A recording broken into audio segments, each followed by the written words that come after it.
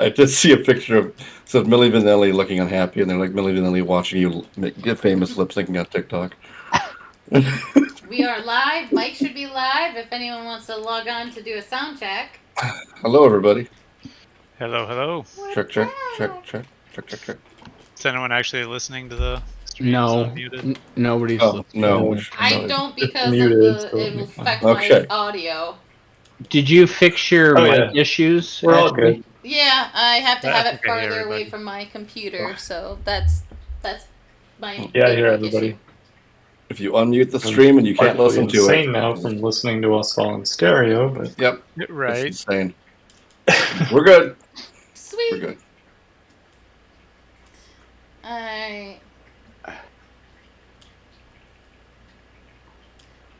I saw a thing. I need to look into it more, but I can download a program on my computer to where I can make my phone be another monitor for my computer. I'm seriously thinking about doing that because I've had so much issue with this other monitor, trying to get the cords and everything. But yeah, Do you have an iPhone? no. Oh. No, only Phil and I are iPhone people, and Ryan. Yeah, but I don't know about this jump ship.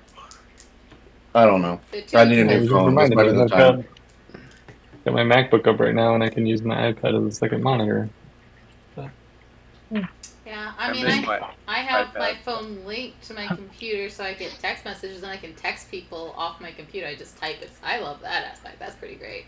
And I can access my photos Oh. really easily. So then you just must not like us then. Huh? Well, because you don't respond to the messages. Oh, yeah. Text messages in general, I have a hard time responding. I just yesterday saw a message that was sent to me July 1st and responded to it. Just yesterday I saw that message. So it's not so much that yeah. You're worse than I am. It's I thought I was bad. Oh no, like if I wasn't Yeah. live I would turn my phone and show you. But because of being a manager and they have this rule of if you're gonna be late or if anything happens with your computer or whatever, you have to text the entire management group. So when you have 100 and some odd people texting you almost every single day, sometimes I don't even see messages. Yeah. It's like impossible sometimes. And the only way that I see it is if I'm actually digging because I know somebody texted me. Or if I just happen to look at my phone at the right time. Can't you just mute that that group chat? But Your then phone just give you all of your texts in one giant feed? it's That'd be- if I don't know if I can mute it. I haven't looked to muting it, but I have to make sure to also pay attention to it because my people are also texting, and I have 16 people that are texting. So Oh, you need a work phone. yeah, Yeah. I do. Exactly. I do, and I really wish I would have thought about that because I wish they would have thought about it and Yeah. provided you with one. Yeah, that would have Good been fucking great. job. Yeah. But yeah, so because if I knew how many text messages I would be getting, I probably would have been like, I'm getting a track phone, and this track phone is only going to ever be used for work. Because yeah, I don't see messages anymore. And then you can just turn that phone off and never worry about it. Yeah, just do it. Swap the Sims. Driving to the campsite for our camping trip the entire way. Ding, ding, ding. Yeah. Oh, it's just like, No, I can't do that. ignore. Sometimes I disconnect my phone from the car so I don't have to hear it. Just get a track phone and swap the Sims, and then change your service or whatever you need. You know what I mean? Like, yeah. so you can keep the same number, but it'll be your work phone now. Or shut it off and do email forwarding to a junk email account. Oh man. But yeah,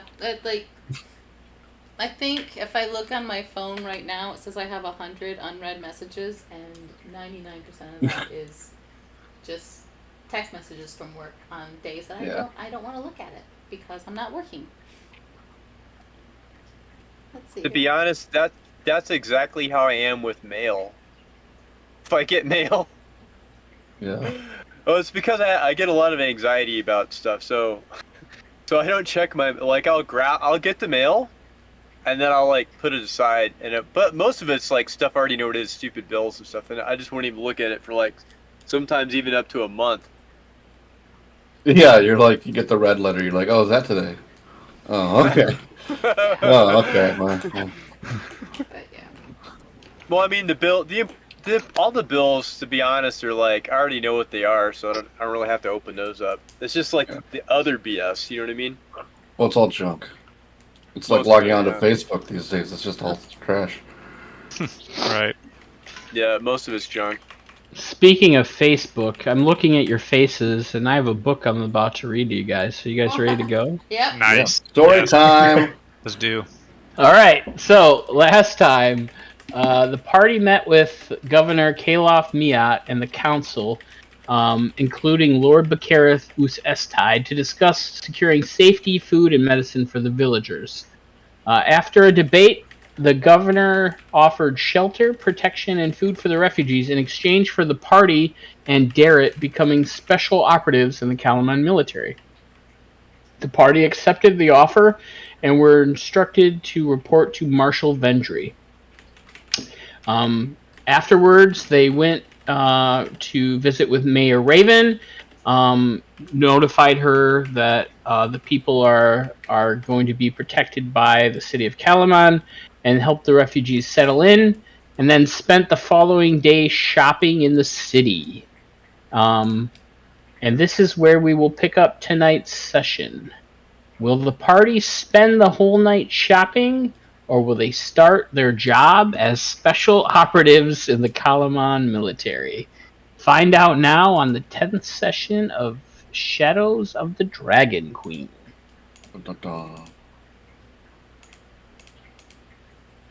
All right. All right, so you guys are outside of the Wanderer's Rest. If you remember, this was the location that you guys wanted to visit to get some food. 1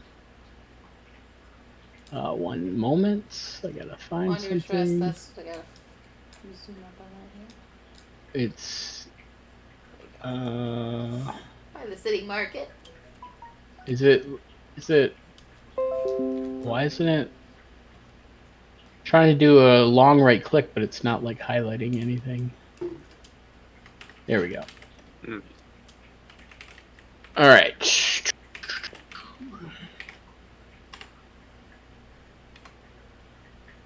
Okay, so standing in front of you guys is a 2-story building located near the harbor in Kalaman. The exterior is made of wood and stone with a thatched roof, and there's a sign hanging over the entrance that depicts a ship at sea. What do you guys want to do? What time of day is it? Near the end of the day? It is 2 o'clock. In the afternoon? Oh. Okay. Yeah, I guess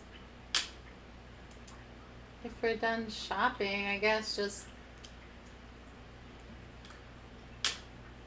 What's on the menu?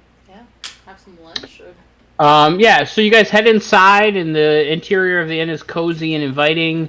You guys see a woman standing behind the bar. She's not very attractive. She's kind of frumpy and has like sloppy clothing that's got like misaligned stitching and stains. And she looks at you and she goes, "What do you have?" a coney dog. Well, what do you got? "We got fish. We got chips." I suppose I'll have some fish and chips then. Ah, And a mug sit of ale. down. What do you want?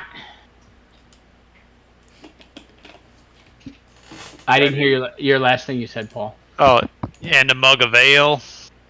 Yeah, we got that too. Got any hot buttered scones? What do I look like? A bakery? Brenna, come out here. Give this guy the fish and chips. And then you Mama see Fratelli. another woman walk out, and she's even uglier than the woman you are speaking with. And she brings you some a mug of ale that is not quite cold, kind of warm, and you see her kind of heading back into the kitchen to make your fish and chips. Okay.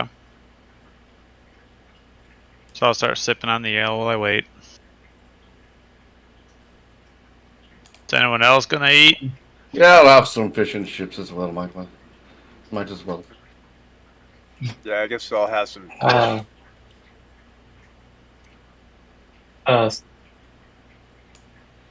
forgot my character's name. It's been so long. Cosgrave. Cosgrave. Cosgrave's gonna tell Algrim, "No, I'm good." As he's like stuffing some of his fish into his mouth. Or no, he'd be. You don't have your fish yet, do you? Not yet, no. Not yet. No. Just the no. ale. I'm trying to take a sip of your ale though. Not trying to like sneak it, just like blatantly just reaching out and like trying to Nice. grab your ale.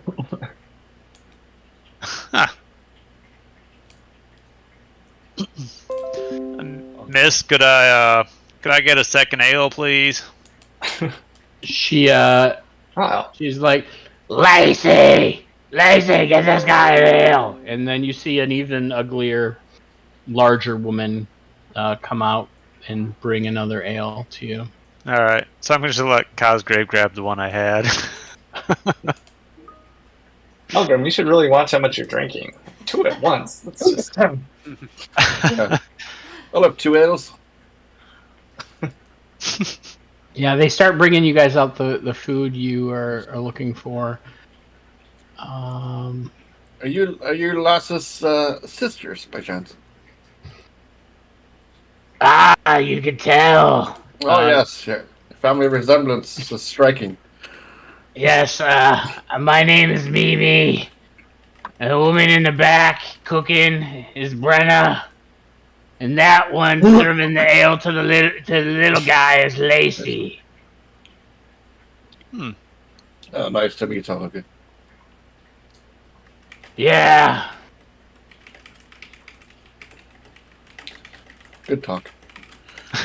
He's like, is it? Cosgrave saying to Burnham, is it?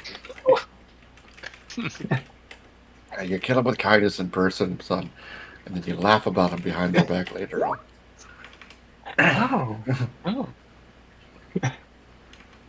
Because these Cosgrave's contemplating this while drinking some ale. yeah, make fun of them to their face. They want to fight you. If you do it in private, they're the only one to fight you if it comes back to them, which it usually does. Oh, Cosgrave like pulls out some paper and he starts writing some stuff down. Like, Nice. yeah, take notes, lad. A lot to learn from me. Hey, Lacey, what's the damage? I'm Mimi. Oh, I apologize. Yeah, I'm the prettier one. And then you hear Lacey go, Fucking shite! Mimi says to you, That will be... looking up prices, one moment. 2 silver pieces for the food and drink. For everybody? Except the dwarf. He's got to pay 3 because he had an extra ale. Oh, and the big guy. And she gives you a wink. He's a little cute, though, so I'll just say 5 extra copper for him. Nice. Well, I appreciate that, ma'am. Ooh, man, Yeah. now. This Yes. is getting spicy. Got to go in and strike on that iron while it's hot. Let's go in there.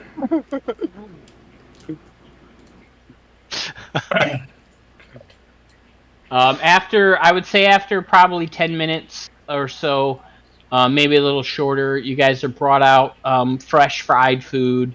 Fresh fries. It's French fries and fish. The fish is fresh. It's a little stinky, but it tastes okay. It's not the greatest meal you've ever had, but it suffices. Is there malt vinegar? Yeah, there's some condiments for you. There's vinegar and mayonnaise. Yeah. Calamans in Canada, right? Earl's gonna just soak his fish in the malt vinegar to get rid of the stinkiness because it's not fresh. Yeah. I ordered fish and chips. I didn't think the chips would actually be all dressed. Yeah. So after lunch, should we hit up Marshal Vendry? We haven't talked with him yet. I suppose we should get to business. Do we have anything Yeah, let's else do to it. do in town before? I got all the stuff I need.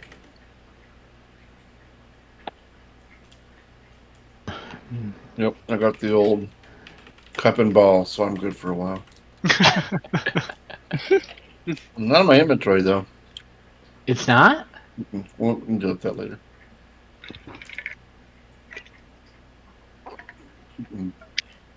That's weird.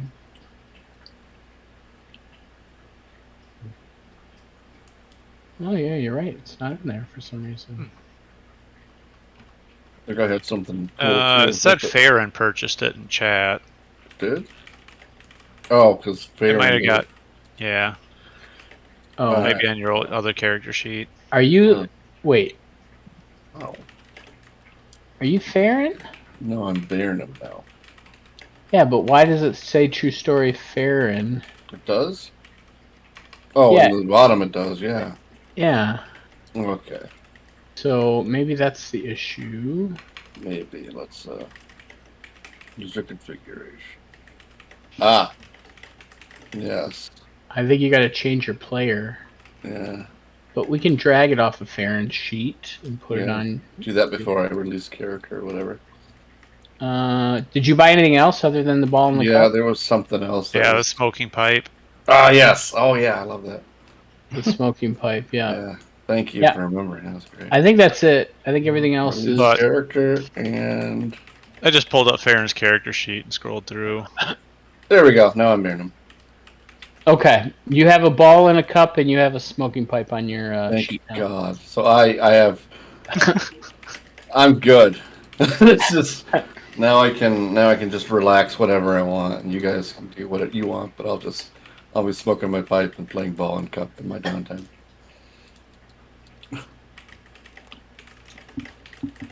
But right now we're off to business. All right, so you guys finish up your meal, and you guys are making your way to the castle. Is that correct? Mm-hmm. All right. So, when you get to the castle, if you remember, the marshal told you her office was on the second floor. So you guys make your way up. You're very familiar with this, as you guys have been staying in the castle on the fourth floor. And when you arrive at Vendry's office, there's an aide who's sitting in a desk outside of the office. The door is shut, and the aide asks you guys to wait a couple of minutes, and you do. And then they escort you inside. And when you enter Marshal Vendry's office, it's very sparse. It holds little more than a desk, which is heaped with documents. Papers are kind of like stacked up, and it's pretty well organized, even though there's just tons of papers there. They're not strewn about. And there are shelves in the office that are filled with stacks of rolled scrolls, and there's a board on one wall, which has a map pinned on it of the surrounding province of Nightland, which Calaman is located in. And Marshal Vendry stands as you enter and says, "Thank you for coming. I won't mince words. We're in the dark regarding the dangers I fear, and they are vastly approaching our gates. And your role will be to change that. But first, you must have questions." And she kind of looks at you guys. Cosgrave raises his hand. She says, "Yes, you don't need to raise your hand. You can just speak." Yes, ma'am, sir, ma'am. Ma'am. He like salutes and so we get to, if we see the dragon, we can try and ride it, right? That's okay. That's part of the mission, right? What? What? There's a dragon? I mean, there's always a dragon, right? Right, guys, right? You're talking about the mechanical dragon, son? Well, I mean, I'm assuming they made that after something. Like, there's a real one out there, and we're gonna find it, right? I mean, there's this. Well, dragons haven't been seen in, well, I don't even know how long. They're basically legends. I would assume if there were a dragon around these days, it would not be safe to ride, no. They would eat you. I wonder what that would be like. Oh, I withdraw my question. Yeah. Well, I would advise this. If you see a dragon, I would probably advise you to run, as they are mythical creatures that were a blight upon this land and have not been seen in hundreds of years. Yeah, I mean, I'd definitely run. I don't think I could catch it otherwise. Right. Do you have any questions about your duties in the city's military that I could maybe answer? What are our Yeah. duties? Well, I do have an assignment for you. I'm still working out all of the details. But each week, as members of the military, your salary will be paid in advance. And you received your payment yesterday, if you remember. So every week you will be paid 5 gold pieces. And then if you need any equipment, you can please go see the armory on the first floor. The quartermaster will get you kitted up. And yeah, those are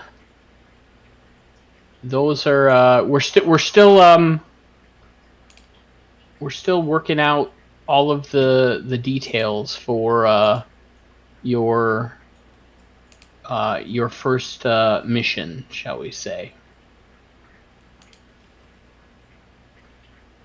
So for these missions, do we just come talk to you every time? Well, what I understand is that one of your companions, I believe his name, and she looks down and she finds a piece of paper and she picks it up, and yes, Garrett Highwater. He is a squire of Salamnia, the Knights of Salamnia. He has been assigned as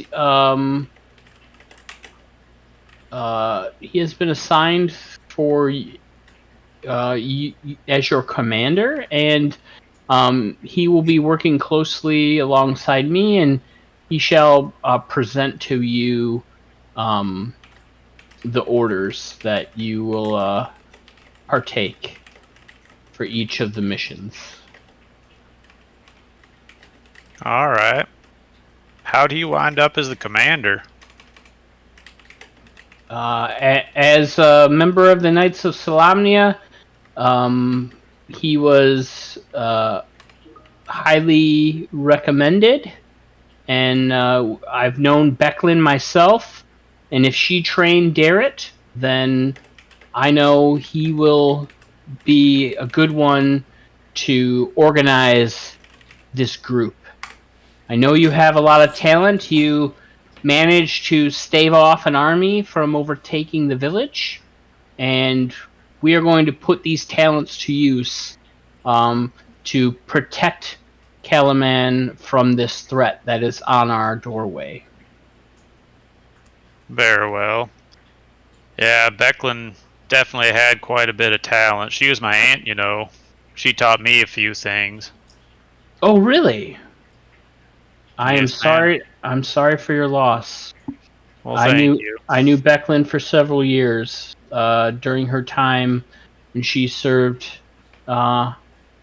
with the knights, and she was often a liaison with the castle here, and ever since she had taken over responsibilities of protection for the village of Ogler, she's been nothing but upstanding knight, looking out for the best interests of the people.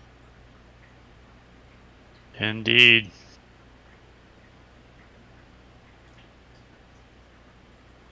I'm trying to find where my notes are. I forget where I put them.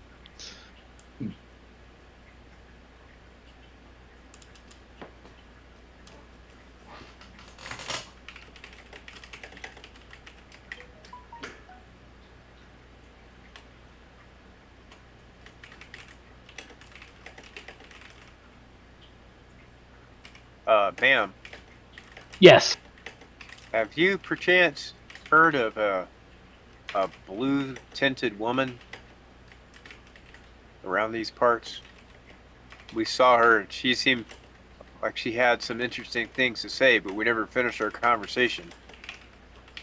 I have not seen any blue-tinted women about. No, I cannot say. But Calaman is a big city. Perhaps if she is, you might see her on the streets. Tinted? Your tint was blue.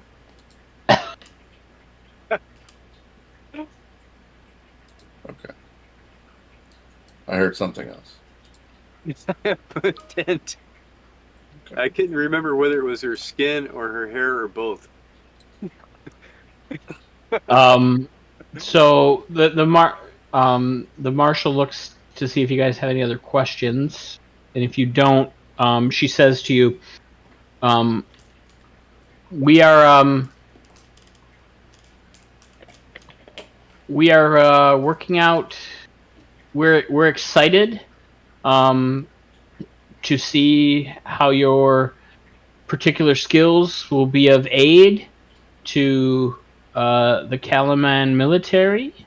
And once the details are finalized for your mission, please meet with Darrett later this afternoon, and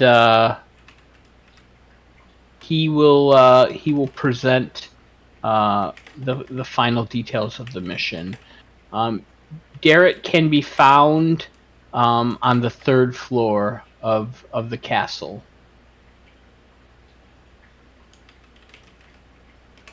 And if there's nothing else,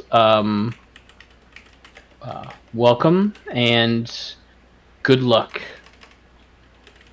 Well, thank you. That Red Army's going to be tricky to take out.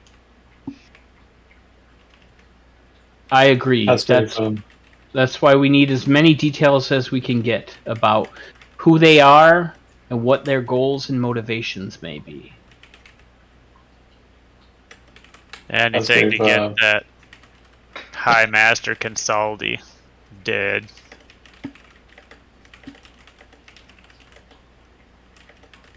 What's Khazreev doing, Phil?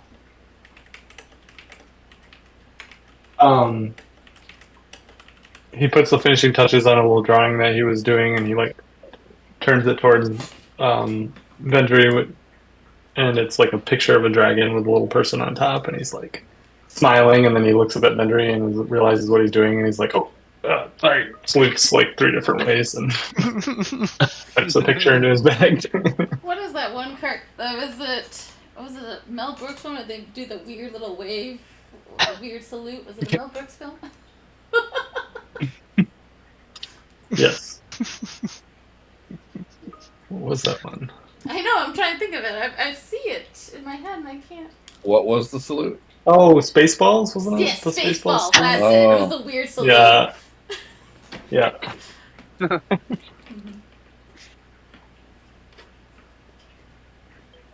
All right.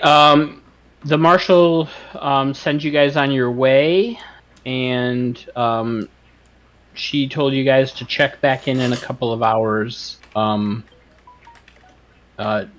Darrett on the 3rd floor of the castle.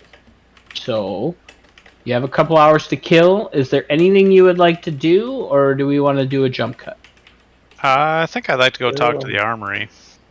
I want to see about requisitioning a lance. Okay. And see if You there's, guys. Great mail for Kinder. I'd like to search for the mysterious mourner, the blue-tinted elven woman. Okay. I'm gonna smoke my pipe and play cup and ball.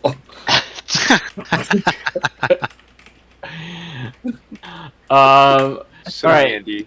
So, splitting the party. This is wonderful. Well, no, I'm going to the armorer too, because Okay. I like forges. And then, what is Serinda doing? So far, what are our options? The armory sounds like that's where half the party is going. Where's the other half going? Ural is going on an adventure to try to find Lidara.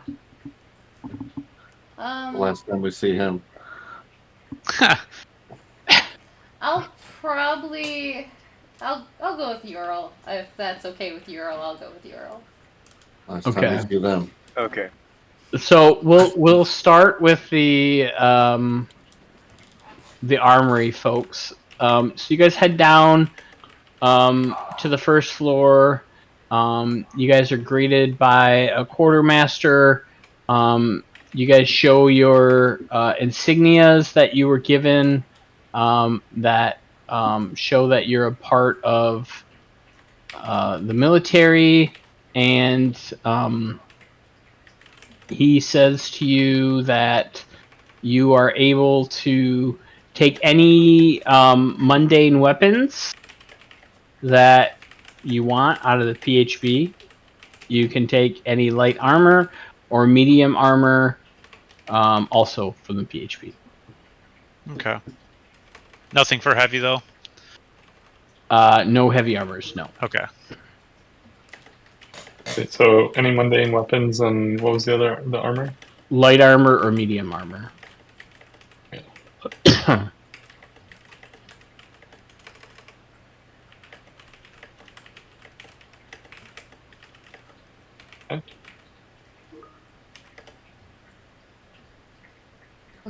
I'm gonna watch the armor work.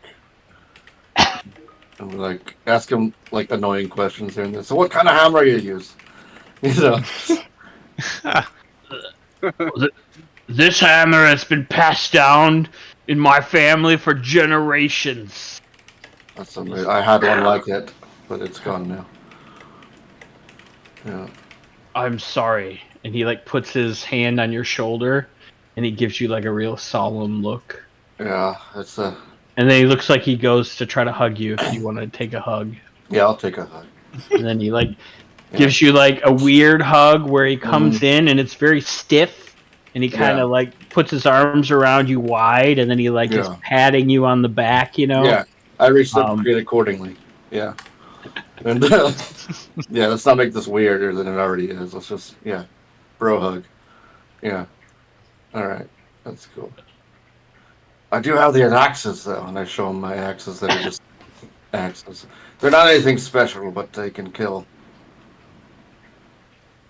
Please. And then he turns and he goes and you see him like go into a back room, and you hear like some rustling around. There's not really a door, it's more like a cloth, you know. Is there like bees hanging down? Yeah, no, it's more like a cloth that's kind of like halfway, so you can kind of still see his feet. You see him like rustling around, and then he comes back out, and he presents like a box to you that has like fine filigree on it, and he kind of like holds it in front and goes to hand it to you.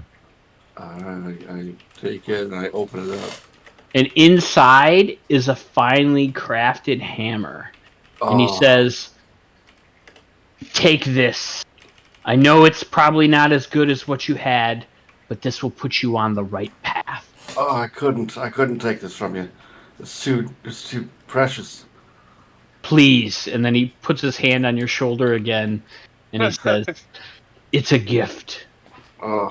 And then he turns around and he starts walking away, and he's hammering at shit again. All right. I got a hammer. You got a finely crafted hammer. Finely crafted hammer. Awesome. Nice. Wow. See? That's why I just make conversation. And you guys, so you guys can take any mundane stuff. Okay.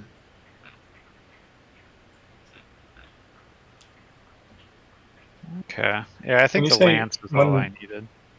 Yeah, I'm trying to look that up. Mundane, is that simple or? I think simple, martial. I think it means. I think it means simple. They put the word mundane in there, but like, if I try to look that up on D&D Beyond, there are no mundane weapons. There are mundane items. No, and in the PHP, there's like simple weapons, martial weapons. Yeah, I would say it'd be simple weapons. Yeah, and then light armor or medium armor. Dagger, javelin. Yeah. I mean, technically, you could get studded leather, Phil, so that's an upgrade for you. Yeah, I was gonna do studded leather.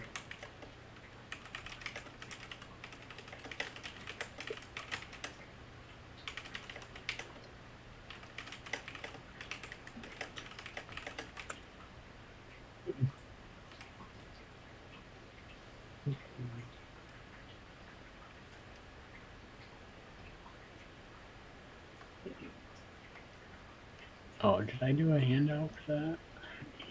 No, I didn't.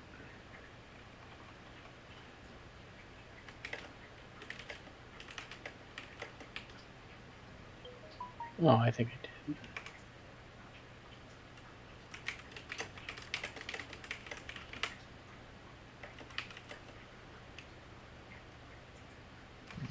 I think I might also take a crossbow to keep on my horse. Okay. You have a crossbow. Alright, so we will jump to the other group. You guys leave the castle. Where are you trying to go to search for this blue-skinned woman? Tinted. Well, I guess I'll just ask interesting people as I go along. Okay. Go ahead and give me a...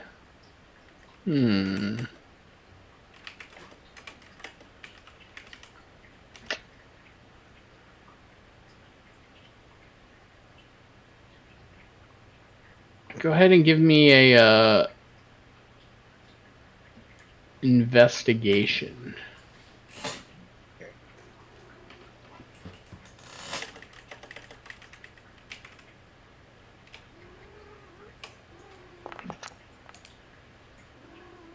Ooh.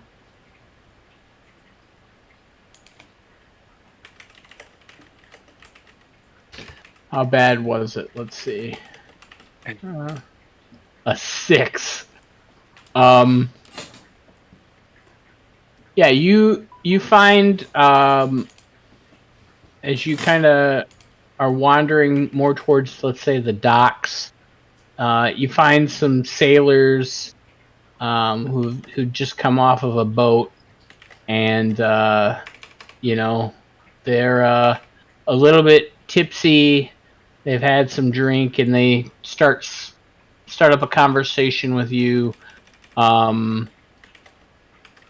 know, and they offer you some ale, and they're just trying to get all chummy with you, and you get sidetracked for a little bit, and you probably spend an hour, you know, just shooting the shit with these guys and becoming all buddy, and I would say by the end of it, you're pretty tipsy now yourself, as they've given you this rum that is like really strong, and it has a really stark smell to it, but it actually doesn't taste that bad. But you know, it's over the time as they're passing the bottle around, you're starting to feel a little bit woozy, just moving around a little bit, just a gentle flow about.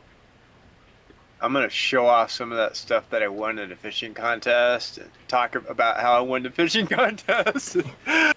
They're like, "Oh yeah, this is my good buddy now," and they're like patting you up. They're like hugging on you. They're like, "We gotta go fishing."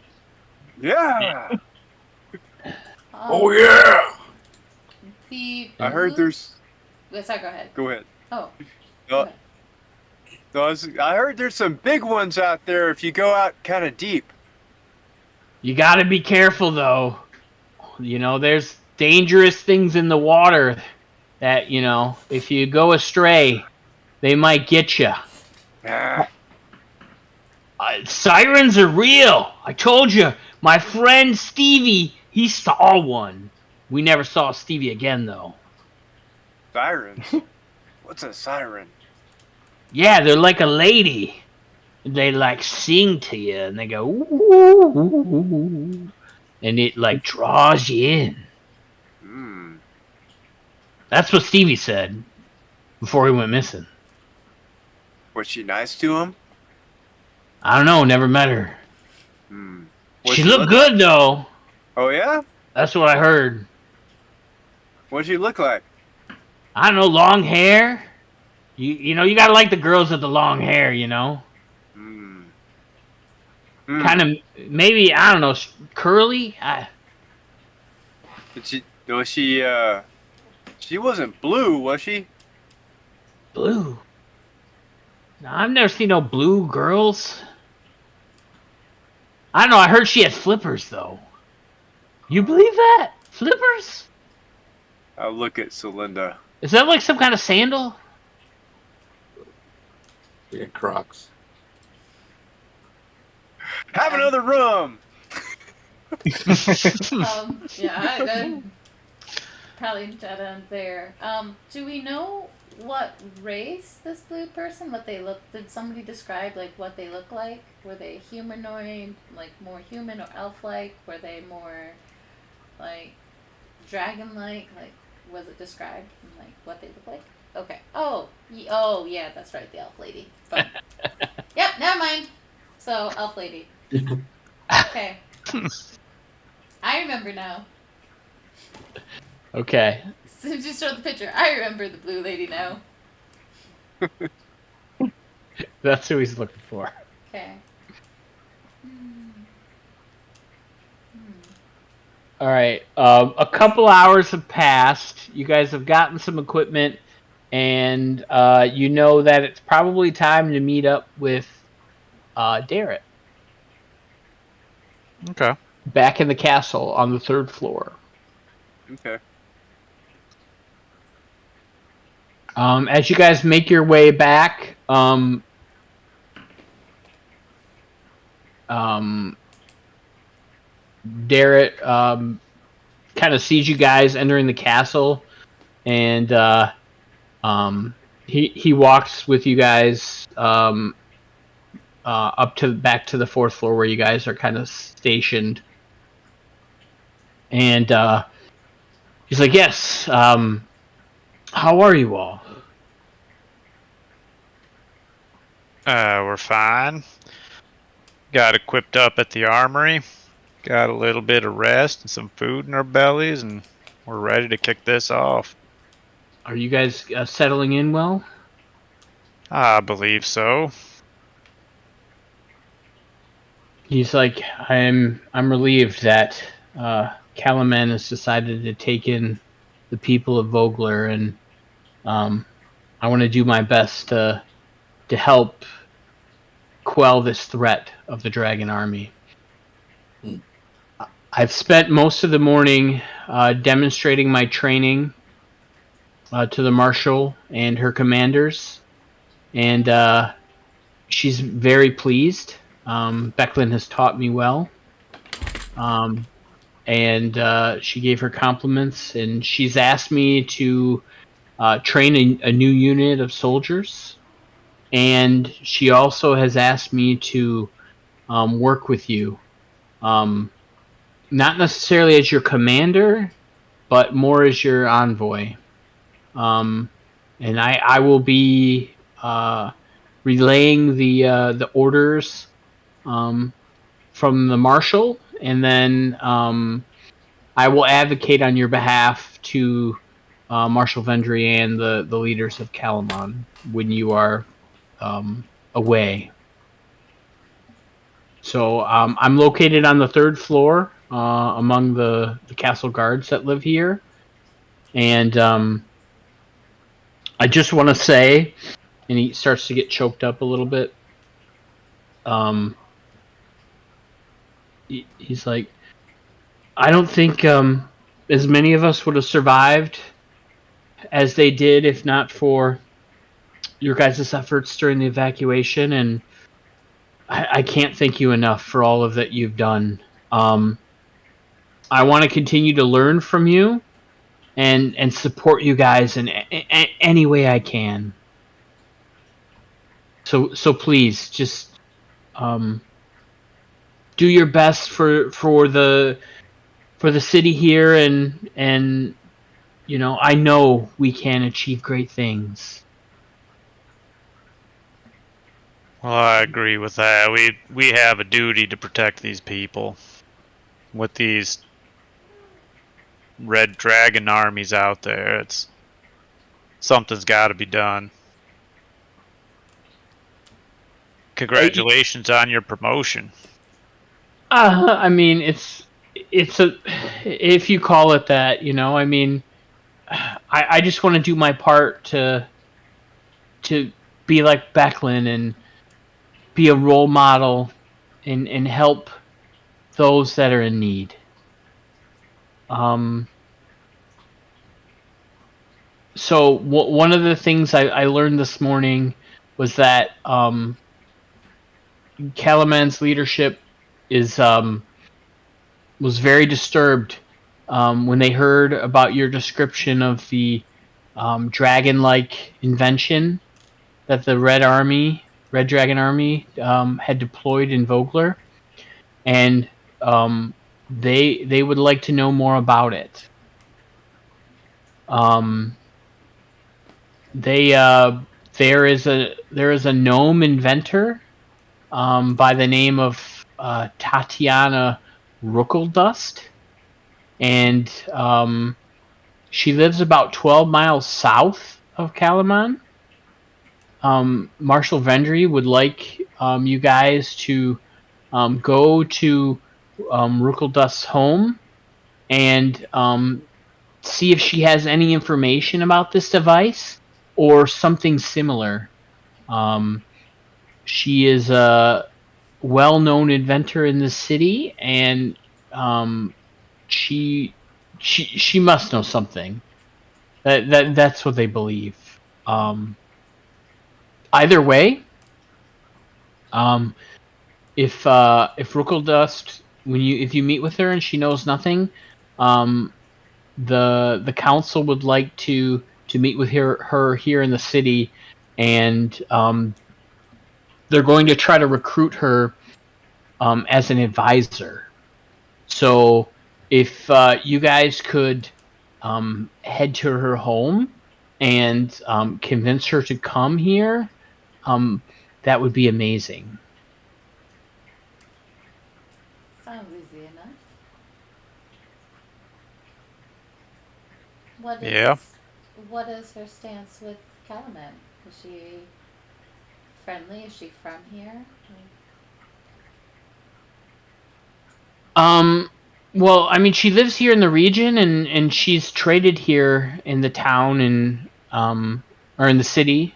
So yeah, I think she's in good standing here. Then yeah, But I mean, they know that she's a pretty well known inventor, and with this dragon creature being mechanical, you know, they're hoping that she could figure something out, and maybe there's a weakness that we can exploit, or maybe she could build some for the city itself and help defend us from the dragon army. I don't know. They would like to discuss these possibilities with her in person. So you have been tasked with trying to recruit her and bring her back for a meeting here in the city, and to ensure her safety along the way. alright. Sounds easy enough. I'm sure we could, as a party, can handle that. And you said how many miles it was? 12 miles to the south? Yeah, it's 12 miles to the south of Kalaman. Yeah, shouldn't be. Are there any stables here where the rest of us could requisition some horses or perhaps a carriage?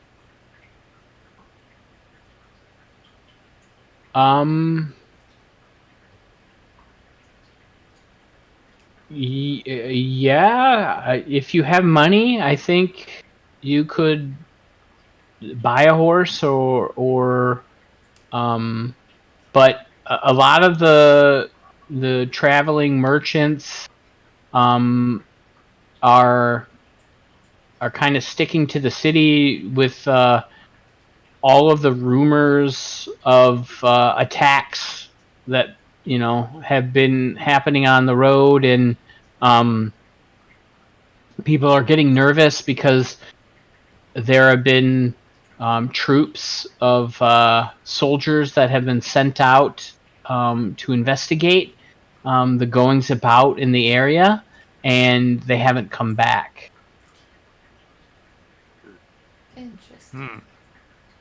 So we're supposed to pick up this individual by foot. And there's also some questionable. Yeah, I mean, you don't have to carry her; you just have to escort her back. And there's also some questionable activity as well heading in the south. Well, I mean, the marshal and the council, have heard of your exploits of, you've dealing with these creatures on your way to the village, and dealing with them during the evacuation of the city, and you guys are a capable lot. How big were the And parties that headed south that disappeared? well, I mean, there have been several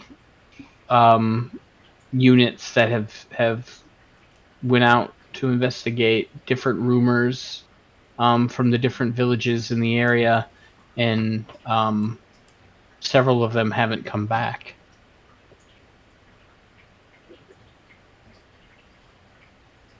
If there is not a carriage that we can take, is there possibly a carriage we can rent to take with us? or a wagon of some form.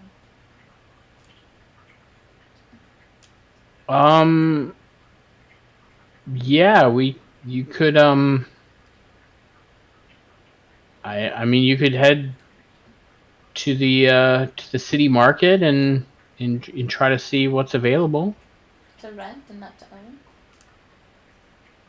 To like borrow for a day or two. Um, I don't know if they'll let you borrow their their wagons. I mean, you know, you guys are not very well known here, and I you could probably buy something, I would guess.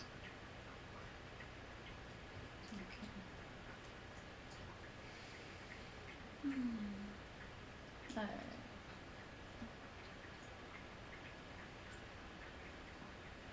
I think that's about all. Sounds like we. Well. Sounds like it may be an interesting walk. Or an interesting stroll, so yeah. So I guess we set out first light. Look at the rest of the party. Is that Yeah. About what time is it now, Eric? It's 6 o'clock. You guys can Okay. open the calendar too. Oh, right. Time is moving.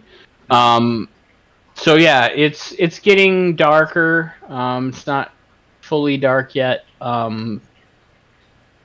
But first light, Darrett's like, yeah, probably it'd be best to leave in the morning.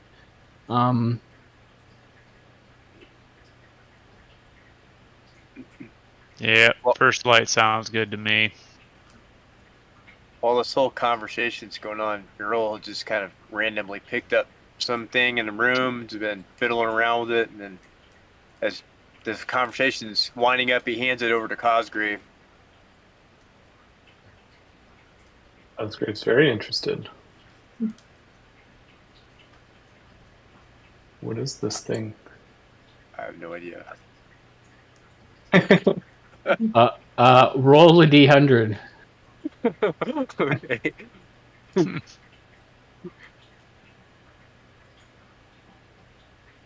How do you get the calendar open again? Where's that at? Oops, that's not it. The bookmark for journal notes, I think. Yeah, and then there's SC. And then First. simple calendar. Yep. Yeah. And then what? In the SC. top left, where the token controls are, go to journal notes. It looks like a bookmark under the pencil. I'm in journal notes. You should see 3 And icons. then to the right, there's the SC. No, not in the upper right journal notes, but in the left. Oh, So it's the like left? a ruler. So you have the person, the ruler, like the Yeah. L-shaped ruler. And then oh, the bookmark. journal notes there. Yeah. Oh, And got then it. there's Okay. 3 other buttons, SC. Got it. I see them. Okay, cool. Phil, what's a 57 on your table? Oh. I'd have to look. I thought you normally have your table open because you randomly are rolling on it. Well, I get it up before I randomly roll, and it's always a different table. Ah, okay. And you can- the one table I was using was out of my book, but You can describe what he hands you. what was it? A 57. 57.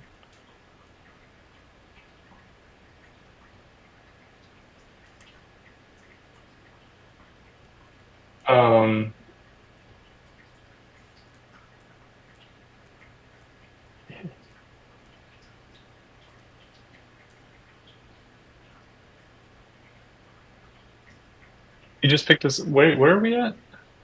Just We're on the 4th floor in your guys' like quarters area of the castle. Oh, okay. So,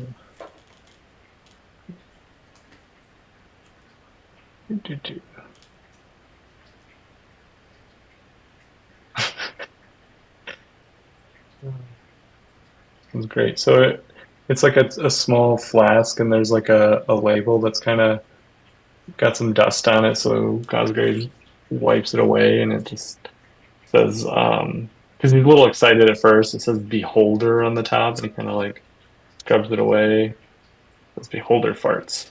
It's written in like a childish scrawl. It's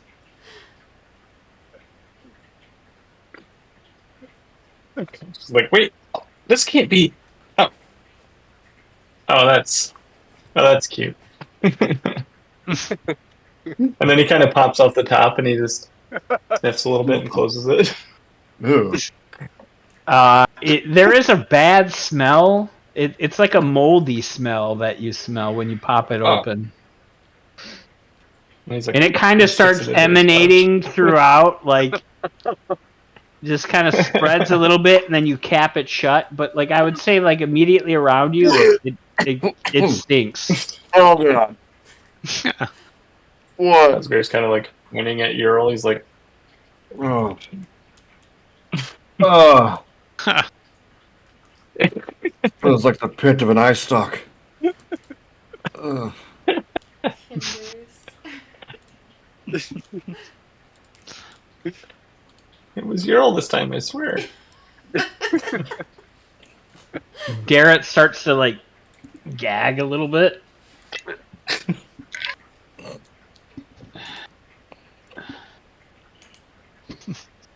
Well, I think I want to keep this site. This has got some funny stuff.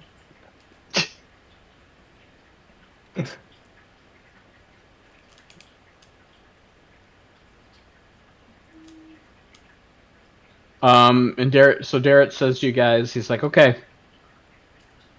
I have some things I need to attend to, but it was great seeing you all. And when you come back, please find me, and we will get Mrs.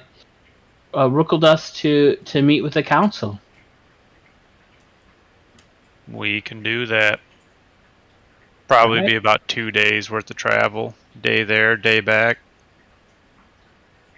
12 miles. I don't know, how far can you walk in a day? I think 6 miles, Oh, so 4 days. 4 days travel. I'm pretty sure. Possibly a fortnight.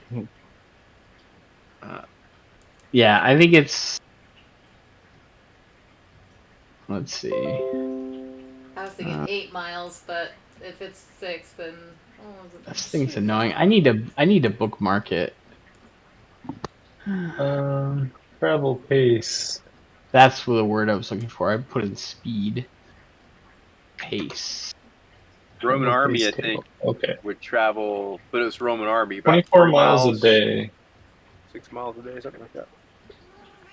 Where did you This says find that, 24 miles Phil? a day. He also shared a Travel bathroom. pace. It's under movements, chapter 8, movement, speed, travel pace. Is that travel pace? Of the DMG? That was in the PHP. PHP? Okay. Is that travel pace on horse or on foot? It'd be foot for us. I was wondering if it gave a different number in the PHP. The traveling and group adventures can move at normal, fast, or slow, as shown in the travel pace table. Okay. Yeah, 24 miles. 24 I mean, that makes miles. sense. I mean, when I'm backpacking, we went 10 miles, so in a day. Well, less than a day, so Not everyone's it's an doable. overachiever, That's a rough pace, I feel like, but Depends if you're going to set up camp, too, and if you're trained, you know. yeah. I mean, I guess they're probably used to walking everywhere with everything on their back, so. I'm a dwarf, so I'm very fast across short distances. Yeah. Yeah, that's a lot better pace than I remember in the Out of the Abyss. Yeah. The pace was a lot slower. I didn't notice. What was like pitch black and tunnels made from God knows what? Cliffs. Oh, 2 days. Yeah, Yeah, 2 and this days. assumes simple terrain, roads, open plains, or clear dungeon corridors. Well, he you- did tell you that the area south, you're going to be heading towards Eskerbrook, and it consists of open fields, rolling hills, and scattered woods. Nice. The Shire. Okay. Yeah, then that's 24 miles a day. Yeah, you're heading to the Shire. And they're just I mean, middle dense of Michigan. forests, deep swamps, rubble-filled ruins, steep mountains, and ice-covered ground are considered difficult terrain, which is half speed. Hills too. Well, I mean, 12 miles a day through swamps seems flying. You're flying. Mm-hmm. How much for a fan boat in the DMG? A fan boat. In this Let's go down the bayou. Mud flats. Yeah. Interesting. So does the DMG have a travel pace too, or is it? I always I hated don't that know. how it's like half of it's in the PHP. There was a chapter in the DMG, but then once you showed me that, I stopped reading it. Oh, what the fuck? Hmm. Can't know wait why till it'd all be these different. rules change completely. But in a nuanced way that it'll be hard to keep track. Don't worry, it's all the same though, but it's different. Sure. But it's the same. It's 5.5, right? Pretty much what's happened. Yes, I think so. I think it's just version 6, but they didn't want to say that. Or is it just all? Oh, the new version? Yeah, Yeah, they didn't want to call it 6, it's weird. but This it is is like it 10 is years. completely different. It's completely different. Are they? So why didn't they just call it 5.5? Well, because they're calling the old one 2014. Okay. No, it's 5. Everyone calls it 5th edition. Come on. They know Yeah, that. they're calling they're calling everything 5th edition, but then when they talk about old stuff, they're calling it 2014. And when they talk about new stuff, they just calling it, All right. The community won't come up with the name. Yeah. They ditched one D&D. It'll be D&D Classic. I mean, No. Well, it's D&D players Plus. have a lot more stuff. I don't know if you guys have watched any of the videos, but there's a lot more, like, everybody gets feats now. Your background gives you a feat or something. All the classes have been reworked. It's a ton of stuff. It's a lot of changes. Basically, a lot more. I would say, balancing to make the subclasses that kind of sucked before better. More spells that are more fun, more damage. Like, basically trying to make everything more, right? Okay, bigger, less boring. Yeah, because there's certain just subclasses people would never play because they suck. You know what I mean? And they're trying to make it more flexible so that things that are a part of your class, like class features you have, like in today's thing, like if you're a cleric, if there are no undead in the game world, like that feature you never use, right? So then it's just like a wasted thing that you've never used. So now I think in the new game for the cleric, they have a channel divinity option that I think can give you advantage or something, right? And then everybody, so it's more versatile.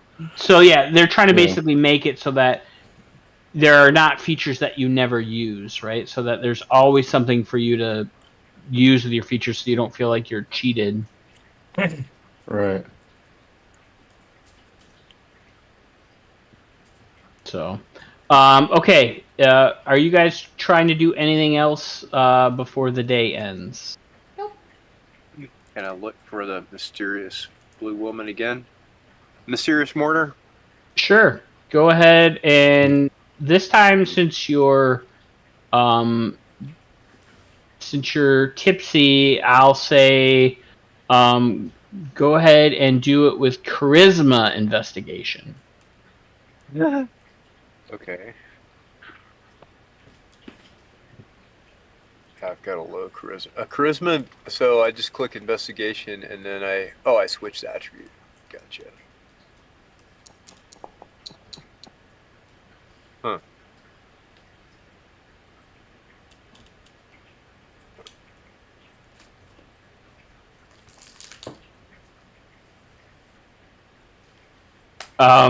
Yeah, as you make your way around, it's getting later and people are kind of keeping their distance from you, and you run into a couple people who you're able to talk to, but they, you spend, I would say, a couple hours trying to find her, and you're not very successful. The people, one person sends you on a goose chase. They're like, "Oh yeah, I saw her," and then when you head to where they say, like, nobody of that description was there. People. While he's doing this, what are the rest of you guys doing? What time is it again? Let's see. Pull up the calendar. It's 7:00.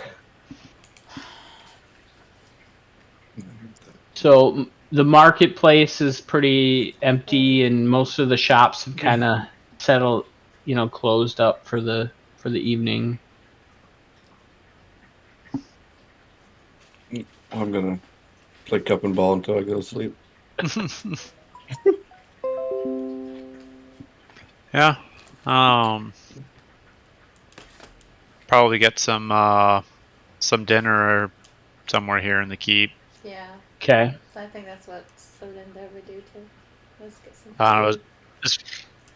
is food and drink provided since we're members of this thing, or no? Yeah. If you eat at the castle, food and drink can be provided for you. Cool. So I'll do that then. Get some dinner, and then I'll go back to the dormitory, make sure all my things are packed up, any healing kits or whatever, make sure they're all relatively organized, and head the hay after that. Okay. Yeah, and I'll probably swing by the library and just I don't know, read a chapter or two from the Oath and Measure. Okay.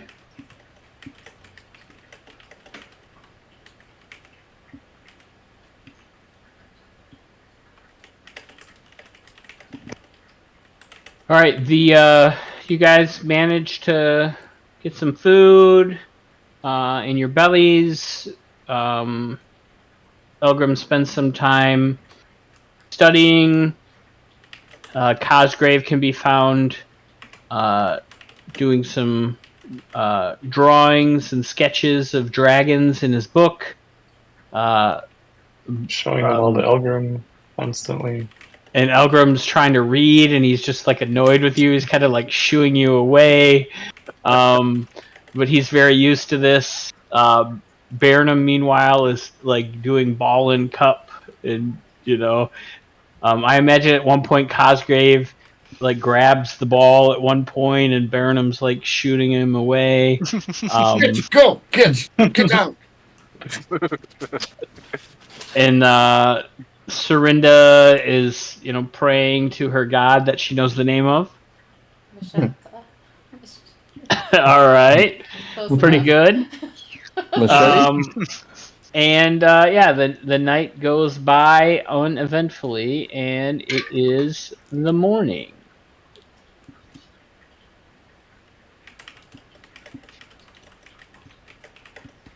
So you guys wake up, you get some food, your bags are all packed, you're ready to go. All right. Yeah, and as a reminder, I do have that one ring equipped. I don't know if anything happened with that. Oh yeah, if you guys bought stuff and you're equipping stuff, let me know. Did you equip your cloak, Paul? Yes. Okay. And then you can see the description of that, right? Yes. Okay. And then what ring were you equipping? It was that brass ring that I got from the curiosity shop. All right, one It had moment. the filigree on it.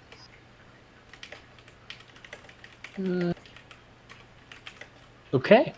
It was pretty cheap, so I'm not really expecting it to do something, but it could be cursed. I don't know. Give me a perception. That's what I should have Check. done the other day. Oops. Oh well. Alright.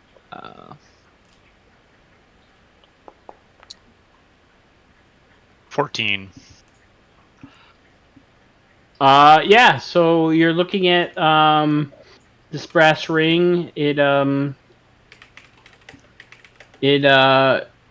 got some minor filigree on it, and it looks in very good condition. Like it's like completely untarnished. Okay. What was it that my whistle did?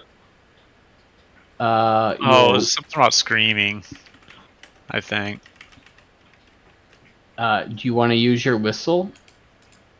I did use it. And Yeah, last forgot what session happened. the shopkeep told him to go outside, and I Yeah, you remember when you blew on the whistle, you heard screaming.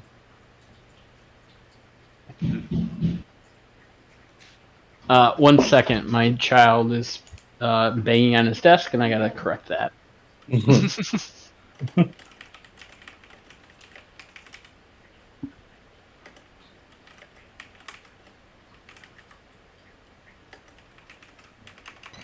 All right, I am back. All right. How'd the child alignment go? All right. Yeah. That's what I got back. That's chaotic neutral at best. All right. I said if you keep banging on your desk, I'm gonna turn your computer off. All right. Yeah. Hard being a teenager. The road's Gosh, against you. yeah. Especially if you're a boy and you're going through puberty, your voice goes up and down without Yeah. any. All right. No, he was That's angry early on. when he responded back to me. Yeah, he was like, I am the knight. Yeah. No. Oh yeah, and then Ashley, you bought something too, I didn't bought a you? necklace that had the fingers of elves. Oh, that's right. Yes. Yeah. I should have looked for somebody to see if they could see if it was cursed or not. Oh well. Wearing it I'm now, gonna put I all my guess. money in my coin purse.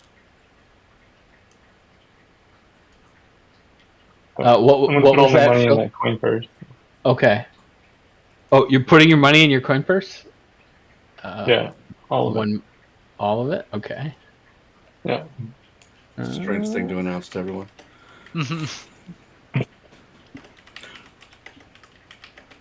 I also would have probably spent some time before I went to bed studying this tiny sketch portrait of a goblin. So, as you start to put your money in your coin purse, how much money do you have? Oh, you got 26 gold and 74 copper.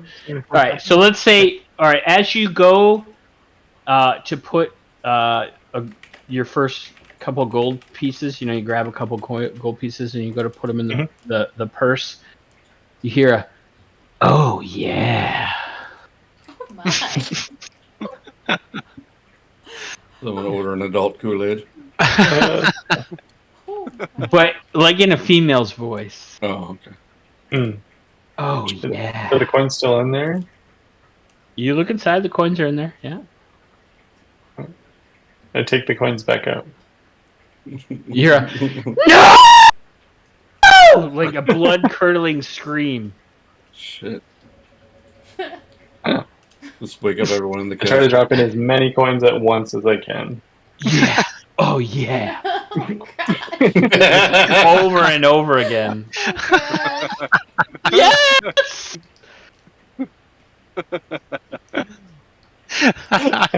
I'm doing this while Algrim Algrim's studying. That would have been You the have the coin purse of OnlyFans. best.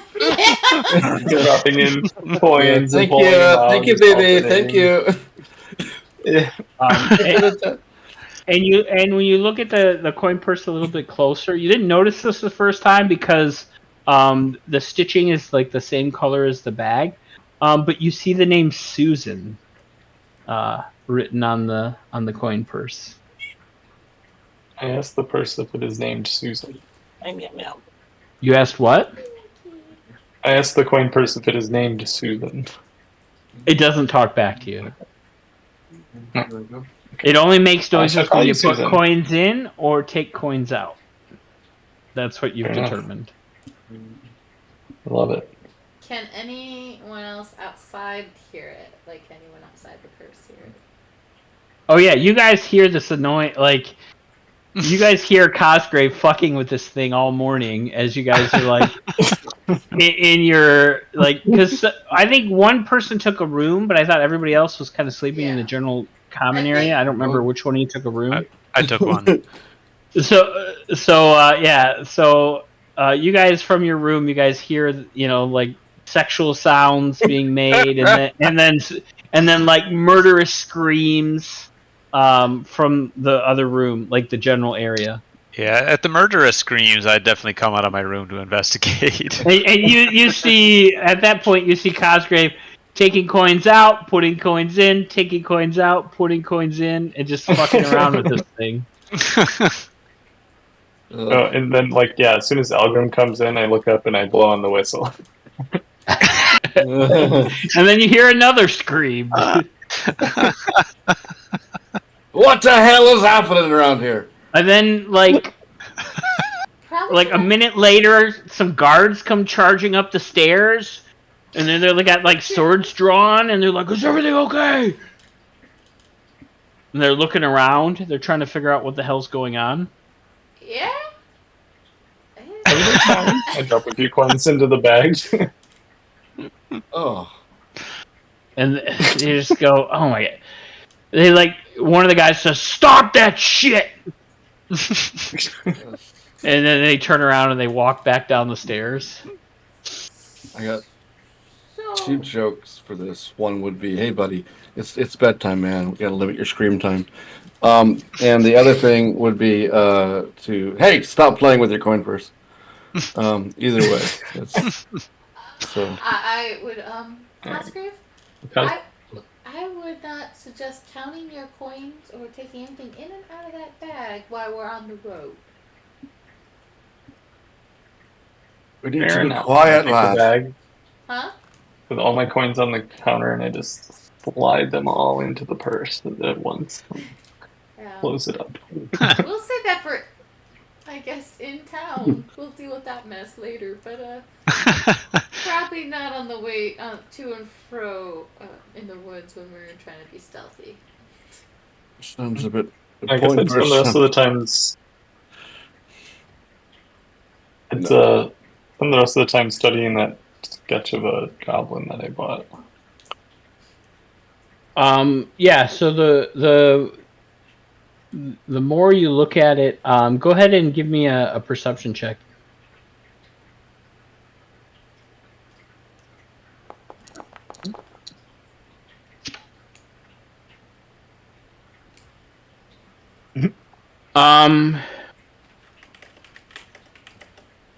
Yeah, you take a look at it and you think, man, this is a really good drawing. I wish I could. This line work is better than anything you've done so far. That's the most you glean right now. Mm-hmm. Do you think the coin purse Put it has back in my bed her and I go to voice? bed.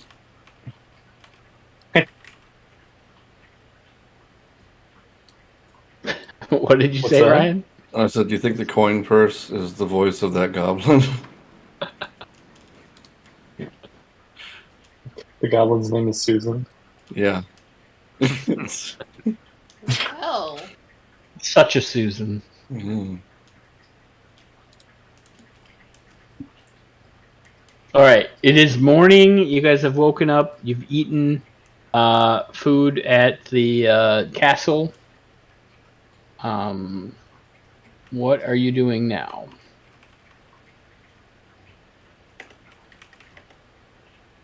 Well, before we head on the road, I'll probably want to pick up a couple extra bags of feed for my horse as we're heading out, just in case our travel takes longer than expected. Okay. Asbury pulls out his coin purse and offers to contribute. Well, I appreciate that, Cosgrave. How much you need? Be 1 silver for 2 extra days. All right. Here's a silver, and I pull out some money from the coin purse.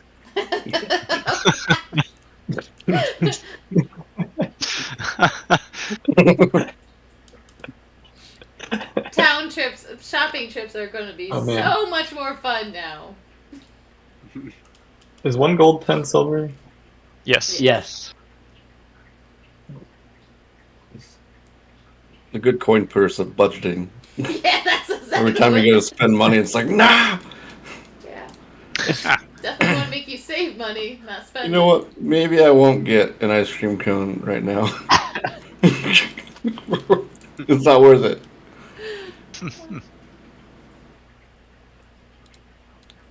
Okay. Elgrim picks up some feed. The shopkeepers are annoyed by Cosgrave. You definitely notice like them like, goddamn Kender. You guys like hear some of them kind of mumbling that about. Where are you guys off on the road? I think so, unless anyone Yeah. has anything else they want to do. Yes, let's go. No, I got some more shopping I want to do. No. Of course. No more shopping for you. Not today. hungry. Gotta go. All right, you guys. By someone else. You guys start making your way to the Warrior Gate, and as you guys arrive there, you notice that this are there are guards kind of mounting the entryway. As it is pretty early, but there are some people kind of moving about. And you guys make your way heading south to Eskerbrook, which is where Tatiana Rukeldust lives. As you guys start making your way south, in the distance, you guys see the Dargard Mountains. They are constantly cloaked in dark clouds that are often spreading their kind of gloom about the surrounding land.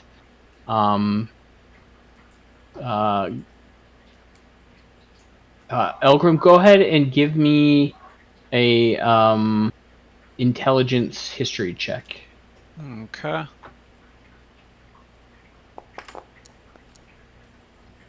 Oh wow, 19. Okay.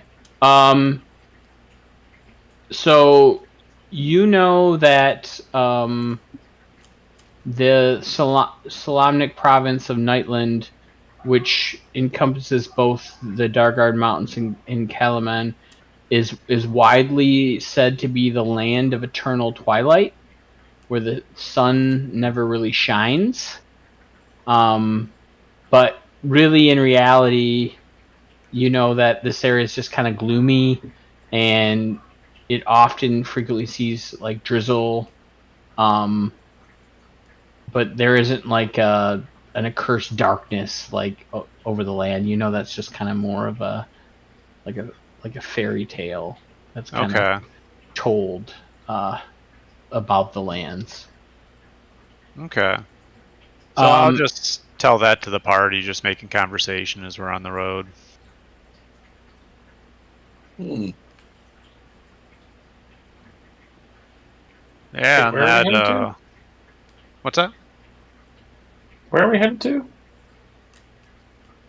About 12 miles south. Yeah, we're going to the gnome, Tatiana, the gnome. Yeah. Can't pronounce See her if- last name. But Where? Yeah, Mosley, I think. And Ruckle dust? yeah. Yeah, I'm gonna put it in the chat. Give me a sec. I'm trying to find where the spelling is. But like, where were we going? They told you guys that she lives, 12 miles south of the city, in an area called Eskerbrook.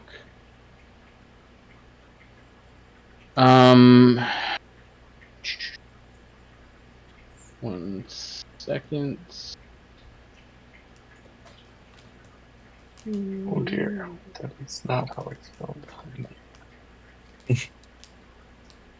That's not how you spelled what?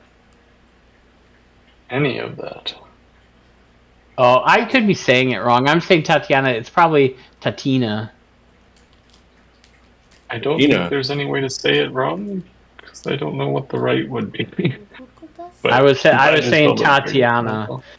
So I'm going to pronounce it as Tatiana, regardless how it's spelled, because that's how I've been reading it in my head. Tina. The I think last. there's a Cursive version of Strahd, saying it like that. I think It's like Tatiana Cursive is a cool Strahd, name. that's where that's coming from. Tatina, she sounds like a pizza roll. It does. Tatina's pizza rolls. You want a pizza roll? Yeah. Can we get them while they're hot? Email me if you want a pizza roll. Yeah.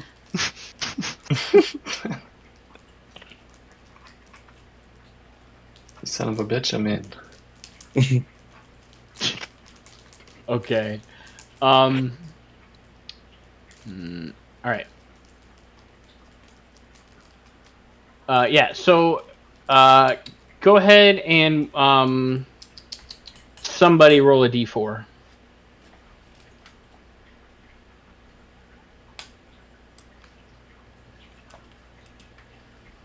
Yes, sir. We just missed the other kitty. Multiples. All right. I'll take Elgrim's as his was first.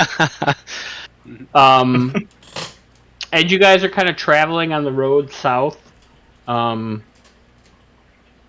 the road again. So quick to get back on the road again.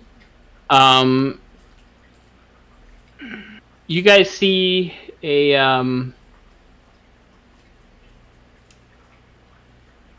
a group of about 7 people traveling. You guys come to like a crossroads, and you guys see a group of 7 people kind of crossing your path, heading towards the northwest. They're not really paying you guys any attention. What kind of group was it again? Go ahead and give me a perception check. Yeah, and is Vogler to the northwest of here? Yes, Vogler is to the northwest of here. Okay. Perception check.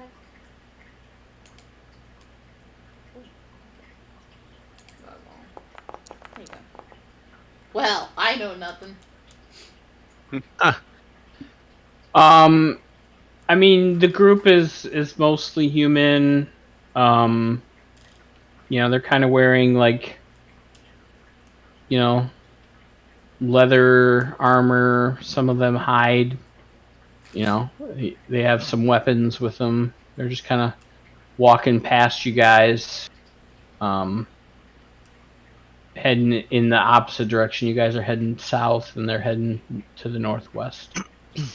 I'm gonna call out to them. Hail, travelers. What's up, bro? You wouldn't be happening to be traveling up to Vogler by chance, would you? To Vogler? I don't know. Why you asking? I'd recommend you avoid it if you are. We came from there a handful of days ago. Whole town was sacked by the Red Dragon army. Good looking out, bro. I don't know if they're still there or not, but even if they aren't, there's nothing in that town left. No, man, we just heard that, there was some well-paying work, and we're heading that way. Ah, mercenaries. Okay. I mean, I wouldn't call that, bro. We go where the wind tells us, and we try to, ride the wave. You know what I mean? Okay, are these indeed your brothers?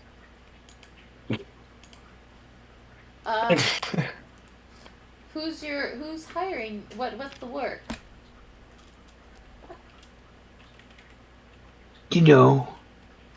Just to pay some good work, little protection, that kind of thing.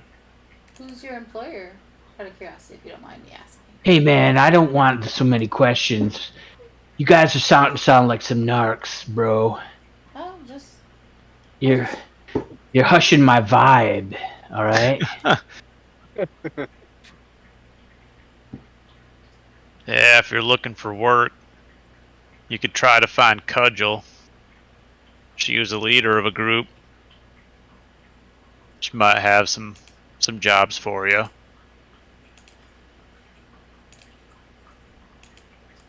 Last I saw her, she was in Calaman. All right, bro. Thanks for the words. Just from the back. We got you. As they walk away, you guys see some dead president masks in their bags, hanging out a little bit. I flop down to the ground and scream as I shoot all the ammunition out of my pistol.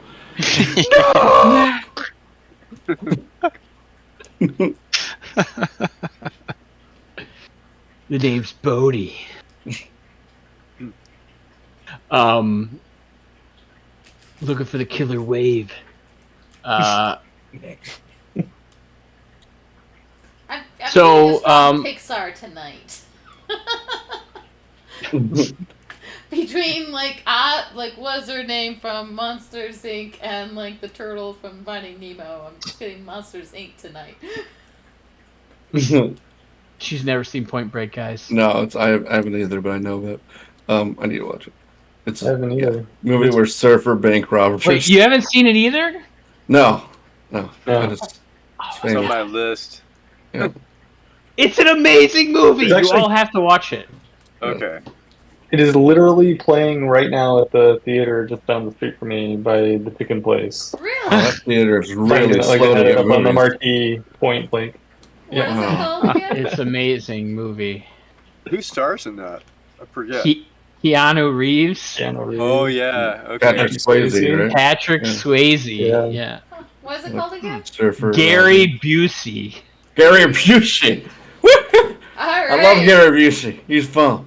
Oh, and then what's the love interest's name? What's her name? It's not Demi Moore. No, she's got a Jersey accent. Not Tomei. Marissa Tomei? No, it's Lori Petty. Oh, Lori Petty, yeah. Yep, she's from, I think she was in the Whale movie. I think she was in that. Free Willy? Yes, she she was was. in Free Willy, yes. She was She in was Free in A Willy. League of Their Own. Okay. Most recent, Orange is the New Black. She was very good in that. And she was also Tank Girl, if you guys have seen Tank Yeah. Oh, Tank Girl's amazing. Oh, I've my seen parts God. of that. I was like, what the fuck am I watching? Wait, you guys have seen Tank Girl without Point Break? Come on! Yes. It was also on TV. I've seen, yeah, maybe more of a Tank Girl. It was like, this has got to start being good, right? And then I was Johnny like, okay. Utah, you gotta watch Point Break, man. I'm No, serious. but I did watch Hot Fuzz, so I feel like I watched Point Break. No, Hot Fuzz ripped off a Point Break. Yeah, I know, that's true. All right. So you guys managed to continue on. You guys are kind of following this road. It's pretty open, sparse, rolling hills. You see the mountains in the distance. At one point, it starts raining, like a light drizzle that's just, annoying. It's not like a heavy rain, but just enough to get in your face, and you guys pull your cloaks up and stay out of the rain. Errol's gonna just use shape water to kind of create like a virtual umbrella of 5 feet. Nice. Start singing Under My Umbrella. Yeah, song. Brella, hey. Some of the water is falling off, hitting Cosgrave, and he's looking back like, "What are you doing?" And as you guys start, you guys kind of see a house in the distance. On a hill stands an unusual structure that resembles both a cottage and a metal fortress. The building bristles with steaming pipes and whirring devices, and it's currently under siege. Oh. Amid clanging metal contraptions, goblins try to breach the structure, impeded by gadgets that spin, snap, and thrash in the yard. And every few moments, a gnome appears from an open clock face above the door and hucks a new clockwork calamity at the attackers while cackling and yelling insults.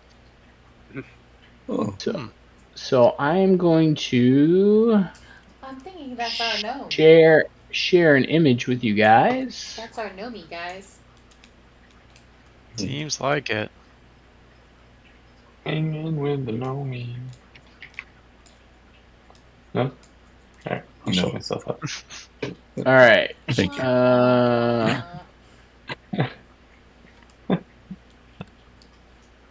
But Clueless. Thing with the homies. So did you? Oh, wow. That's pretty cool. Huh. Oh, hell yeah. All right. Shooting eggs. That'd be a good desktop This background. Right? giant mechanical teeth on that gnome's Oh. nose, or that goblin's nose. It is, yeah. Oh my god. Terrifying. Wow. Is that Where's an acid egg laying mechanical chicken? Seems like it. Sure reminds me of all those traps in the Fallout show. Does that, box Yeah, with the you know. horn that the gnome is holding look like something from Alice in Wonderland? The Disney's version? All right. So Snake in the background with helicopter propellers. I know, right? Is that like I think this acid? gnome has it in hand by The this picture. chicken's biting that goblin's hair, but at the same time, projectile shooting eggs at that other goblin. He's also going to get smashed with It's that full of pop. acid. Yeah, acid There's a eggs. flying Oh, yeah. snake too back there. Did anyone not see the flying snake with helicopter Yeah, Phil propellers? mentioned it. Oh, God. Oh my god. Oh, there it is. Yeah, wow. Yeah. all right. Stay on her good side. So we are going to.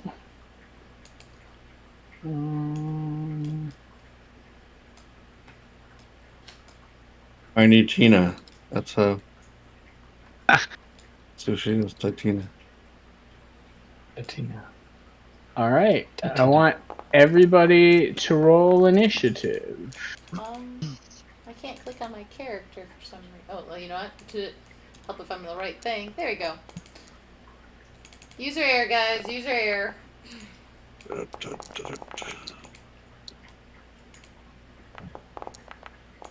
take a look at my features. I don't think I've seen an above average roll yet. Alright. 5 feet, you make an attack against a target. All right. Okay, I've You sent- guys can start wherever you want. We're off to see the wizard. I would say like in these spaces. Oh, did that not draw? I'd say like in those spaces Okay. you can start. Yeah. Okay, where I'm at, I guess. Yeah. Um. I'm holding hands with the Scarecrow and the Tin Man. Okay. Put him up. I think So- Paul is Toto and you're the Cowardly Lion at this point.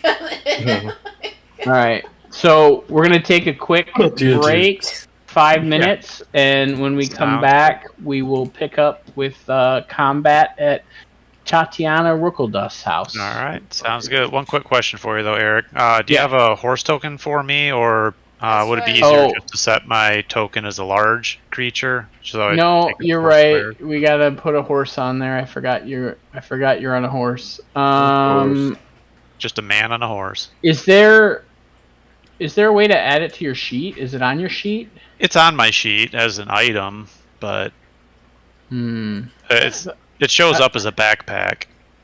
I thought there was a way to add animals to your sheet. Yeah, no, Okay. this gives me a good time to go through my features. Yeah, in my game, I have some mods that add some like compendium features that have some stuff on your sheet you can drag out. Where are... But they weren't part of the base package. All right, give me. Do I have a horse? No. What kind of horse do you have? It's a riding horse. Riding horse. All right. So if I put that on there, Perfect. and I give you not hostile, it's friendly. And then how do I give you ownership?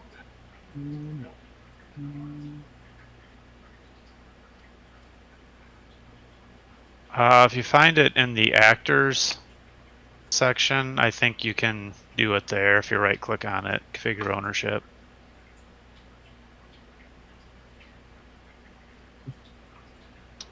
Oh, all right. Well, I'll do this. So I'll delete that. And type Elgrim in there. Friendly.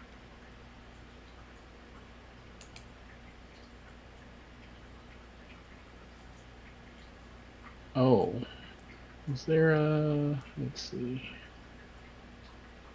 put him in the player folder, put the token on the board.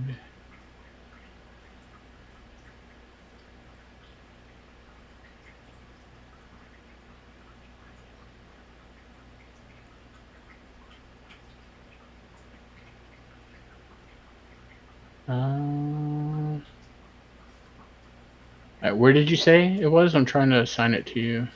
Under the actors section. If you right click on it there. Oh, there. Okay. Alright. There's your horse.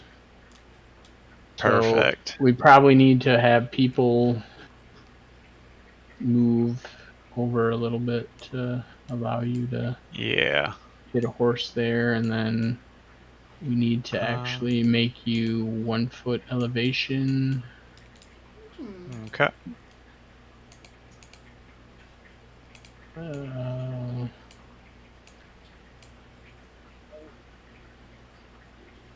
there we go. Okay, don't need to be that far, I guess. Nice. There we go. Okay. Now that that's set up, we'll take our break and we'll pick back up. In 5? All right. Or 5. 5. 5. Right.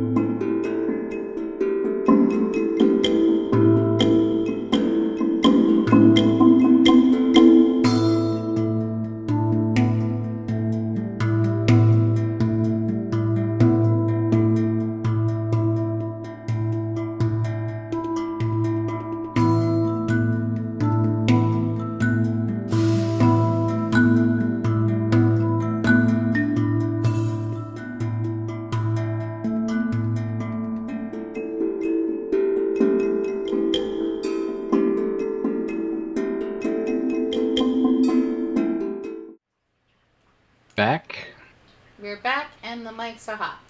So. Oh, we're back. Okay. So y'all good to go. All right. So you guys have come upon this scene. You saw the crazy picture with all of the clockwork contraptions. You guys see that the home of Tatiana Ruckledust is under attack by some goblins. And that there is it looks like their leader is standing well back from the chaos. And you guys see that the goblins are wearing dark armor with spiral symbol, the same colors and symbol that is worn by the Red Dragon Army. Mm. Mm. It figures. Saw that one. Okay. Oh. So, all right. Starting combat. It will. Did I roll initiative? This guy will try to run up and try to break down the door.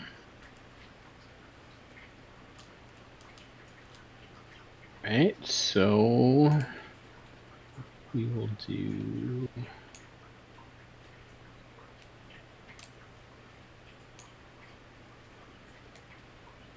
Okay.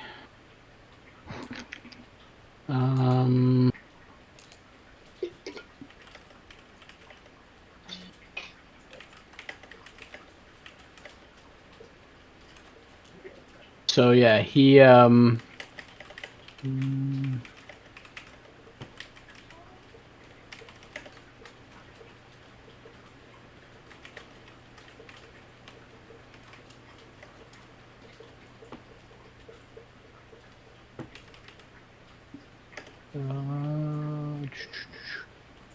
yeah, so he runs up and he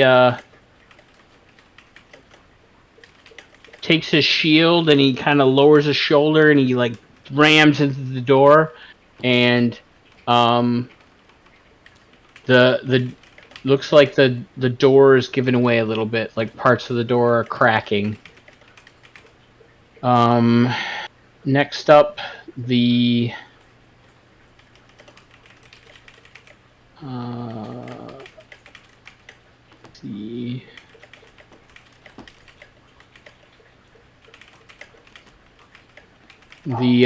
the leader turns around and looks at you guys, shouts some vulgarities in Goblin, and is going to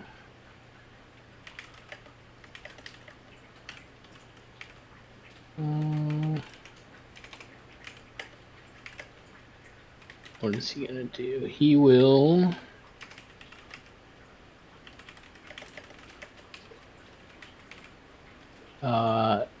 pull out a bow and take an attack at the guy on a horse. Must be the most important. So, Of course. I know he was there. And Tough luck. shoots an arrow in Elgrim's direction, but he misses.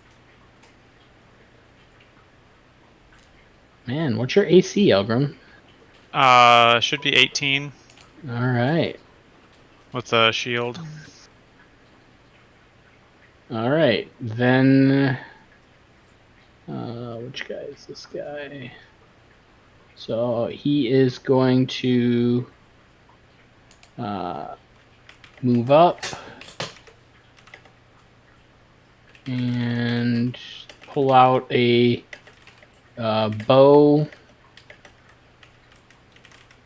and try to shoot at Burnham. Did I say that right? Yes. And he misses. Aha! And then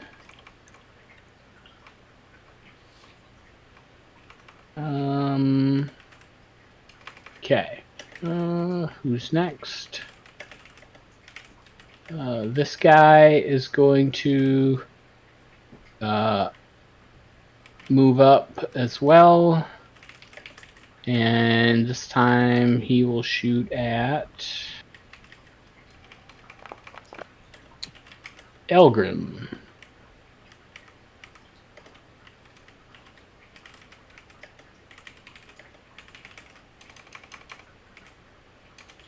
And oh wow, he actually hit. Oh no. And Elgrim, an arrow flies in your direction, and you raise up your shield.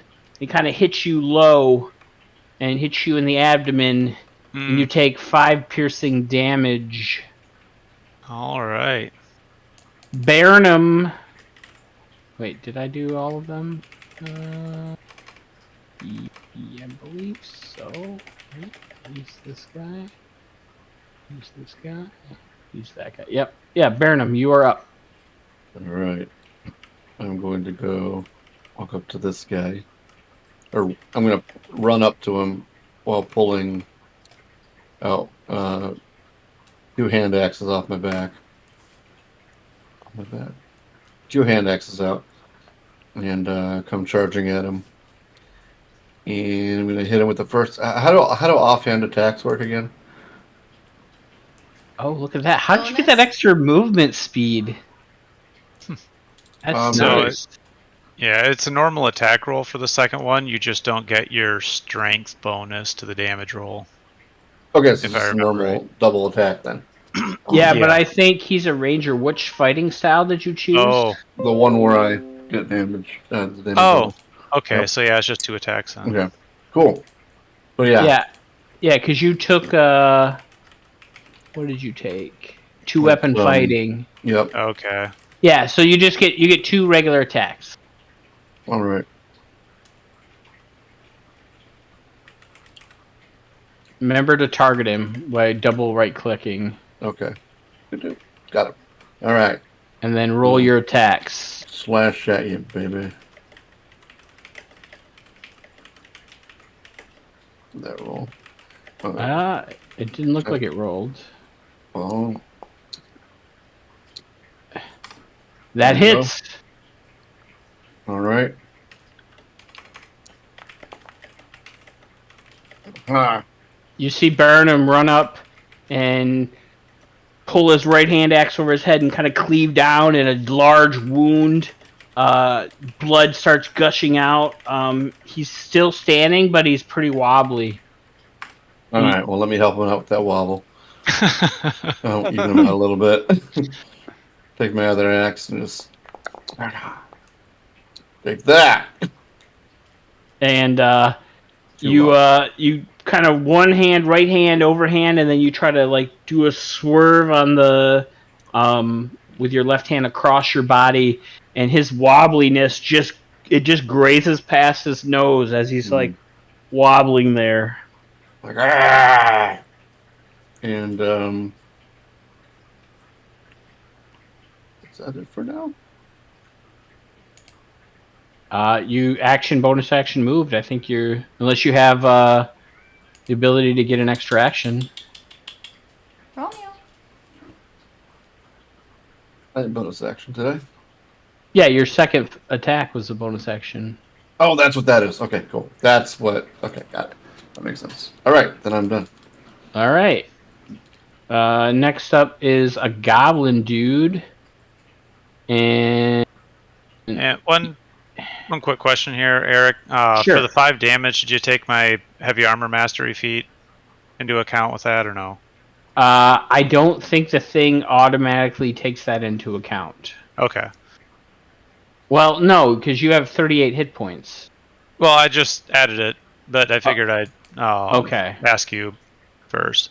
Yeah. No, I don't think MIDI Q is not factoring that in. Okay. Well, I just didn't know if you factored in when you told me 5. No, that's what he rolled. Oh, okay. Went through my spells for what I should have had for the day. That's what he rolled.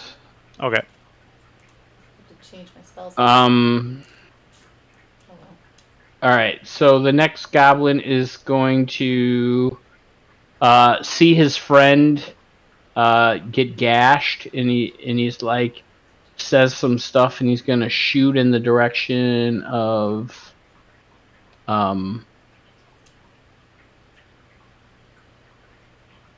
he's gonna shoot at Byron.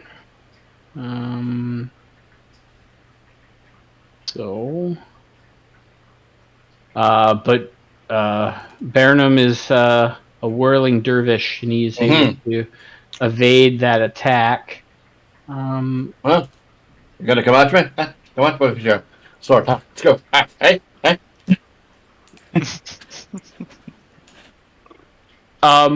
Go ahead, Pokemon? Burnham. Can you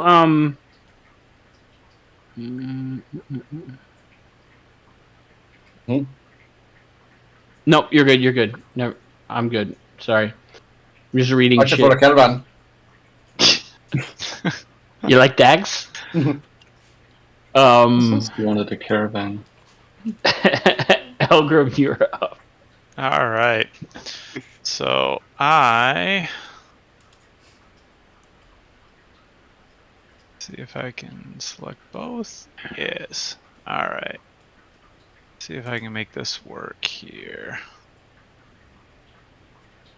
How do you move Well. 40 feet? Dang! It moved the. Oh, that's right. The horse moves 40 feet.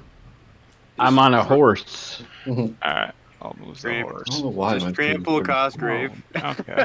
Is it not letting you move it, Paul? Well, it's weird. If I have them both selected, when I did the space bar for the ruler, it just moved the one. But when I just went to move the horse, and since they were both selected, it tried to move them both together. So it's weird. But anywho, Finessing there. yeah. So I am going to take my lance out and charge at this hobgoblin.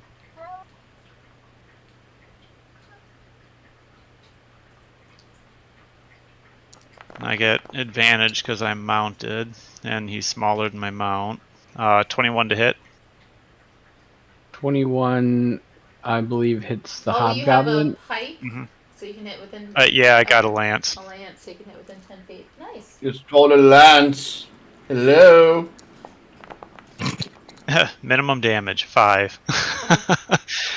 So I am going to. You're right. Where did you get the lance, Paul? I Armory. requisitioned it from the armory. Yeah. Okay. It's a martial weapon, though. Mhm. But I was giving away mundane weapons. Oh. Oh, I thought mundane was just not magical. It's all right. I'll let you have it. Yeah. Oh, okay. Yeah, mundane versus what's it called? Simple and All right. So I'm gonna have to probably change my One crossbow rifle. then, because I think that was the martial one. You could take a light crossbow. I think that's Okay. a simple weapon, right? It might be. Yeah, I took the heavy one. I didn't realize it was non-martial. That Yeah, was I'll let you have the lance. Okay. Thank you. But you have to get back the crossbow. Yeah. Yeah. I'll You do got to that give back here. the heavy crossbow, but you can have a light crossbow. Okay. stab him And- with the crossbow. I'm going to go ahead and use my action surge and try and stick him with the lance here again.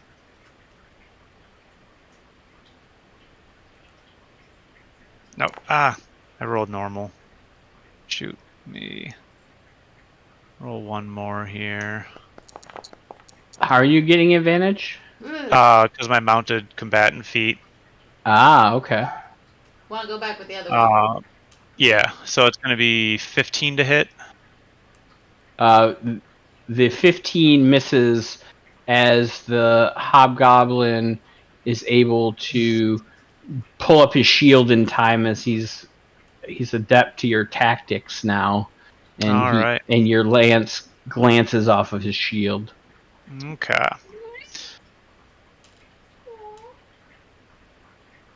And Oh, Yeah. that's a crit fail. well, that was That was the. as part of the advantage because I Oh, didn't click the okay. advantage button when I rolled, so I just rolled a second attack. Okay. All right, and then I will move up here a little bit. And I am done. All right. So next up is Serinda. Alright. Yeah. We're gonna do this. Wait. Maybe? I thought this was 40. Oh, 45 feet. Not. Oh, never mind. I did that wrong. So cancel. Nope, I don't want to do that. Cancel that. How do I cancel that? I misread. I saw I don't know. 40 foot and I thought it was I saw a 40-foot cylinder, and for some reason I was thinking 40-foot diameter. I don't see anything on the screen. Oh, it's on the side though. Well, you know what? No, I'll keep it. I'll keep it because this is what I'll do. Alright, so they gotta make a saving throw for DC 12 Constitution. Um. Do you want me to click on the button that says saving throw DC 12?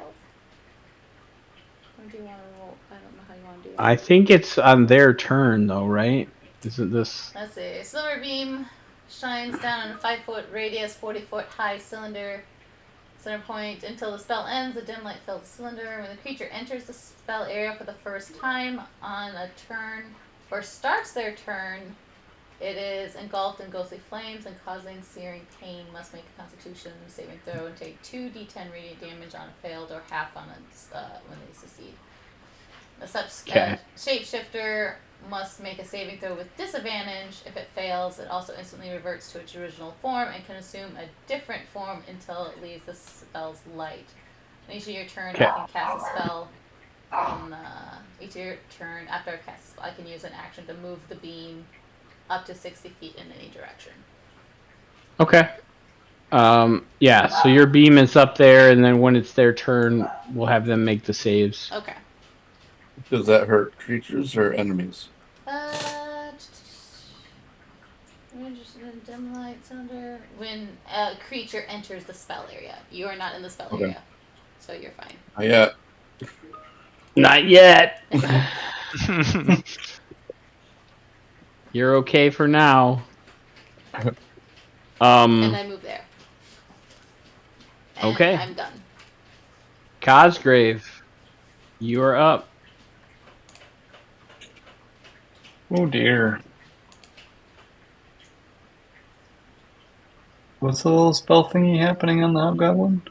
It's A moonbeam Yeah. of light is coming down from the sky and radiating the hobgoblin and the goblins. Is that bad news bears for us? Or just the goblins? Just It's well, just the as long as goblins you're so not far. in the area. Yeah. It's a 5-foot radius. The center being the hobgoblin, the hobgoblin in the center. Gobhoblin. Yeah, goblin. Good job. Yeah. Good job, Hoblin. Wait, so I can move next to it without a problem, or I can't? You can move, like, It's basically a cross pattern that you'll Yeah. get hit. so, like, in this Okay. corner here. Oh, how Yeah, if you hover This your one here, mouse you're over the fine. hobgoblin, you should see it. Yeah, these corners are fine. Yeah, I see it. Why are those corners fine? I don't think they are. They are I don't for think the they are either. diagram. Yeah, it's how it calculates it because she put it in the center of that square. So Oh, I 5 see foot what it- radius out is little under 50% of the Okay, corners. so yeah, just So a- it counted them as not being in it. Just across and up and down. But it depends on how you want to rule it, though, because most of this game, you can move diagonally in 5-foot increments. It doesn't use true measurements on angles, so Yeah, that's Fuck's the we've never played it that way. sure. Yeah, I think we've always cut it in half. So I would say, Phil, if you're anywhere within 5 feet of that dude, you're in the moonbeam.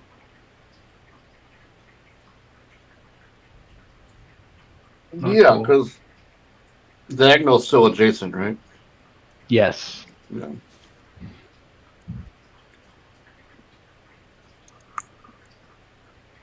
There's probably some MIDI Q setting I need to change to That could be. count that differently. But yeah, that's why I put him in the center, because it did that cross action. Right. So. Alright, I'm gonna move and bonus action dash to get here. Okay.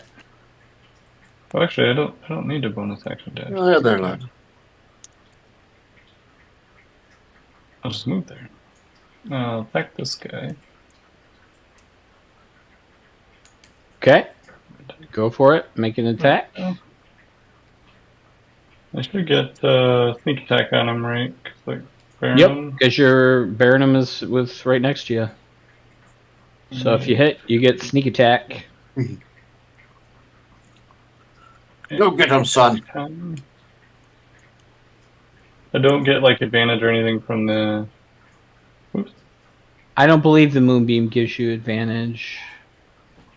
I'd have to look at the spell real quick.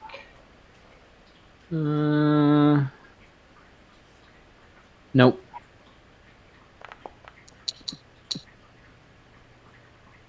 Uh, 19 definitely hits. Go ahead and roll your damage. So.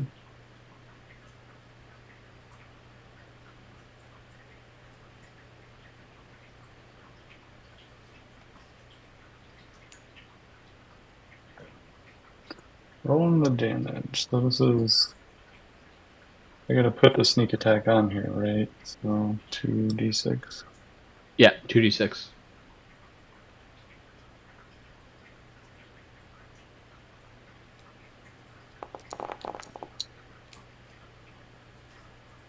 Okay, you guys see Cosgrave move up and lunge forward with his hoopak, the sharp point of the stick, just jab it into the throat of this goblin. Oh. And it just goes straight through, skewers him. Cosgrave picks his foot up, his tiny little kinder foot, kicks him, and pulls his hoopak back out of his neck, and the guy just falls to the ground. Done. Right. Nice. I'm gonna give him a high five and say, "That's how it's done." And I'm going to.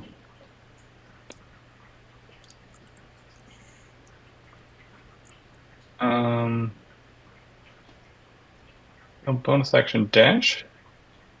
Okay. So I return Burnham's high five as I run back this way.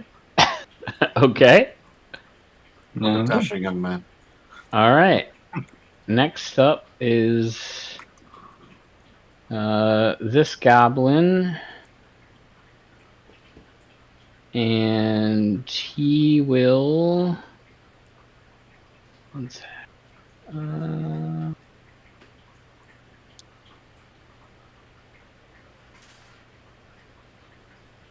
He will move up next to Burnham, and Yeah, come get some.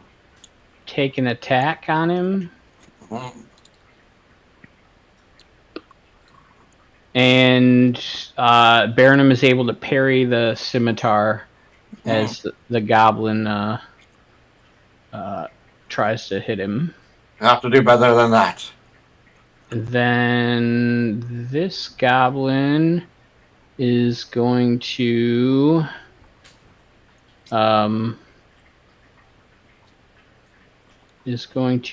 shoot at Elgrim. Mm-hmm. And And misses as his arrow sails wide. Ural. Okay. I'm gonna bonus action change into a black bear. All right. So let me get my where's my arrow? There we go. And I drag the bear on. See how this works. Fire? Okay. Wild Fire. shape.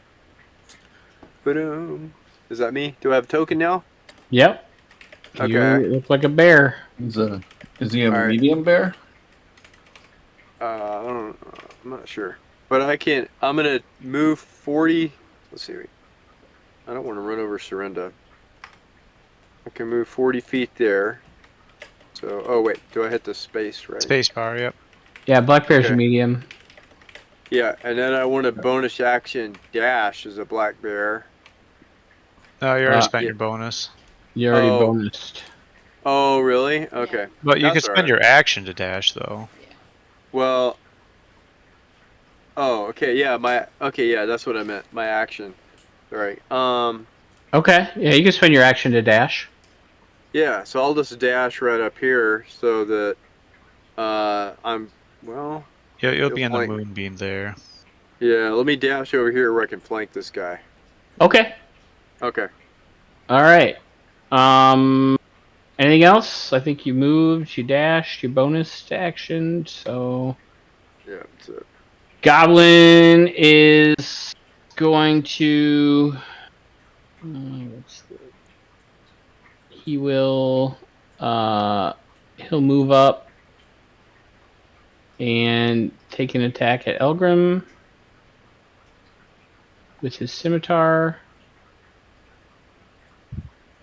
And misses as Elgrim blocks with a shield. And then he will. The next goblin is going to.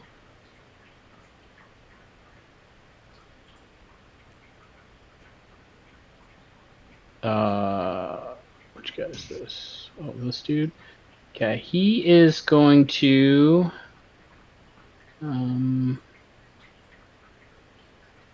What is the what do you gotta hit to make a move? Space bar. Spacebar. Okay. He will move over here and he'll take a shot at Cosgrave with his bow.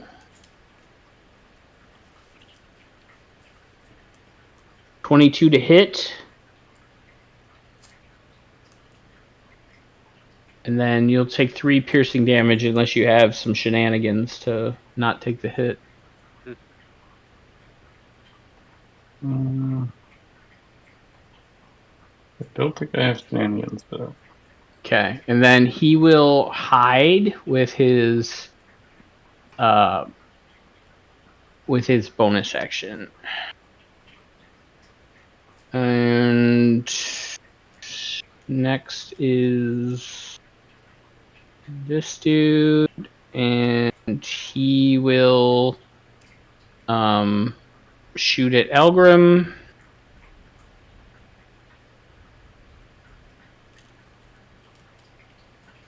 And misses, and then he will also move up top and hide on the cliff side.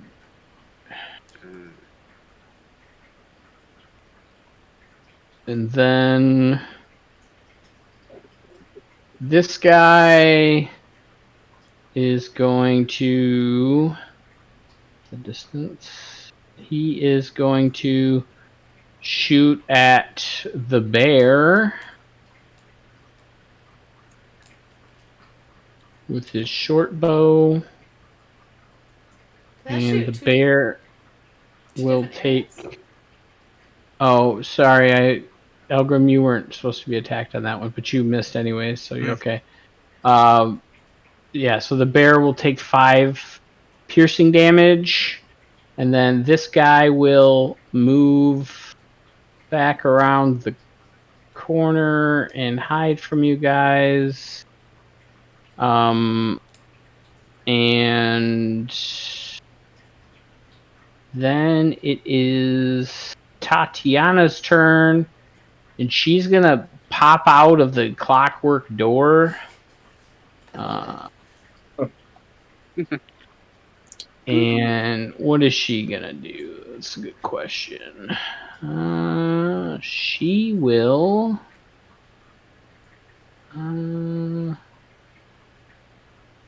She will cast a spell towards the guy breaking down the door. So she will.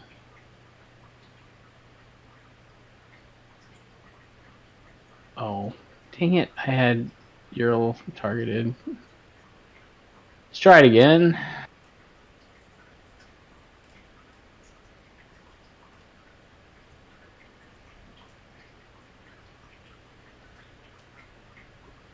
And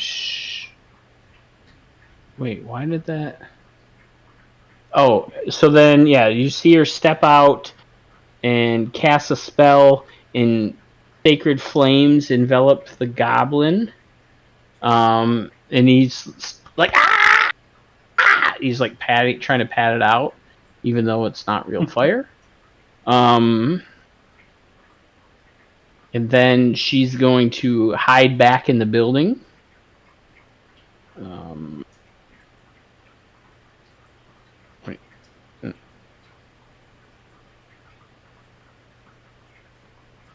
And then fun stuff happens. So as you guys are on the battlefield, and she's been throwing these crazy devices out, and you know most of them have been pestering the goblins. I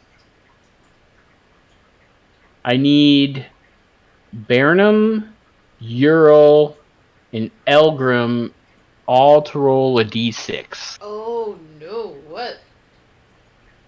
I don't want to roll these things.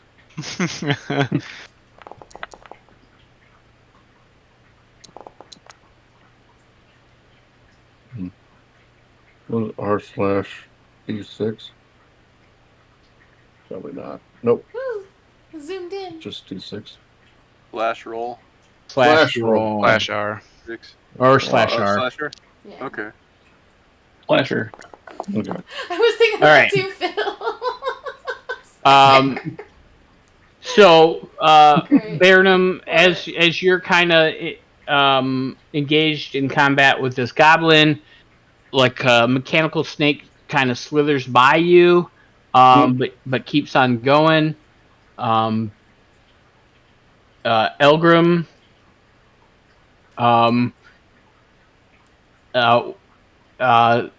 like a chattering teeth with lips, is just like chomping around on the ground, and then it tries to jump up into your direction. It would be So, Elgrim's character. It would I'm be Paul's going character. to. It would be. Does an 18 hit you? Yes. All right. So you will take 3 bludgeoning damage. So I assume Okay. that's 1 because of your heavy armor thing. It subtracts 3, I believe. Let me verify. Oh. Dentures were out. So you'd take 0. Yeah. Non-magical bludgeoning, piercing, and slashing I take is reduced by 3. All right. So you take 0. Sort of gnawing on you. And then Ural, you see this ball spinning around on the ground, and all of a sudden, darts start shooting out of this thing in all directions, and they're like leaking glowing green fluid. So let me roll a d20. 20 to hit, I believe, hits the black bear. And so you will take 1 bludgeoning damage. Did you have me targeted, or do I have to subtract it? Oh, I subtracted it for you. okay. So as this thing hits you, um,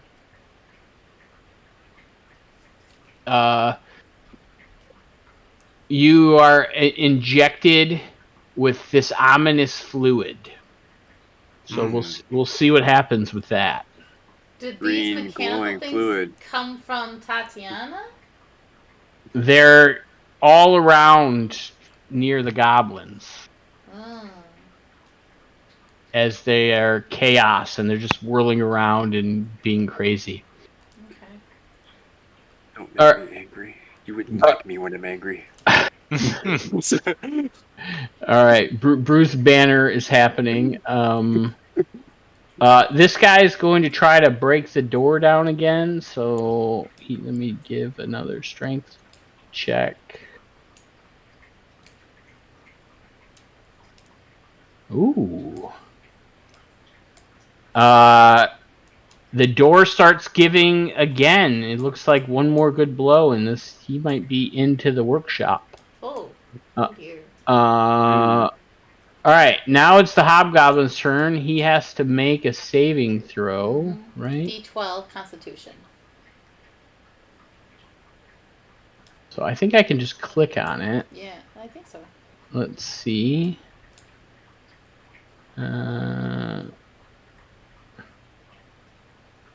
That is a 19. He passes, but he'll take half the damage. All right, so roll some damage up. So hit damage. Normal? He should take half.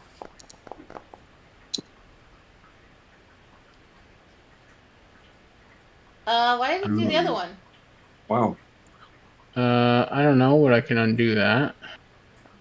But yeah, you guys see the moonbeam just burn up the hobgoblin. Nice. Oh. All right, so he's done. Then that guy is dead. So we go to this guy, and then I'll just use the roll that happened. So then I'll apply the damage, and that guy's dead. And Burnham, your turn. I stand stunned watching the hobgoblin disintegrate and go, well, that was easy. And then I smile at the goblin in front of me and just attack him, just like I did the other one. So, hand axe.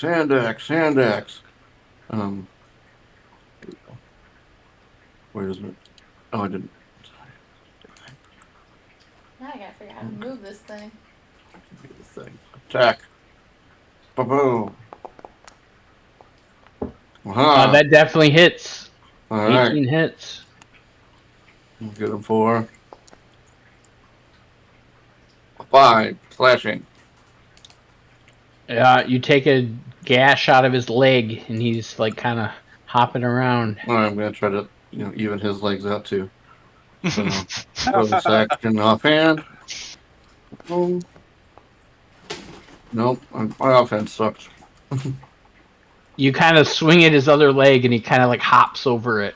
That was a good trick. I'm kind of impressed. Baronum, is there anything else you'd like to do? It's like, no. All right. It's this goblin's turn. He's gonna shoot the bear. So I guess I could have moved that one. And he has a 17 to hit, and the bear takes 3 piercing damage. Then he is going to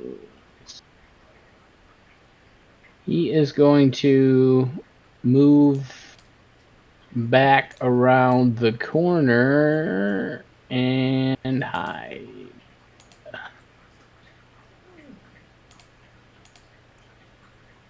Then it is Elgrim's turn. All right. So I'm gonna charge past this goblin, so you can go ahead and opportunity attack me. Sure, I would love to opportunity attack you. Oh.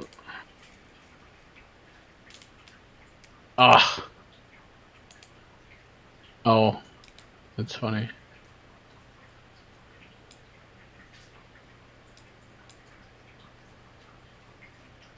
Did it roll? I don't know. I can't see your rolls. I I rolled did it. lose a bunch of hit points though. Yeah, I rolled it twice. Sorry, because it was giving me an error message saying he's 25 feet away. You can't attack him. Oh, got it.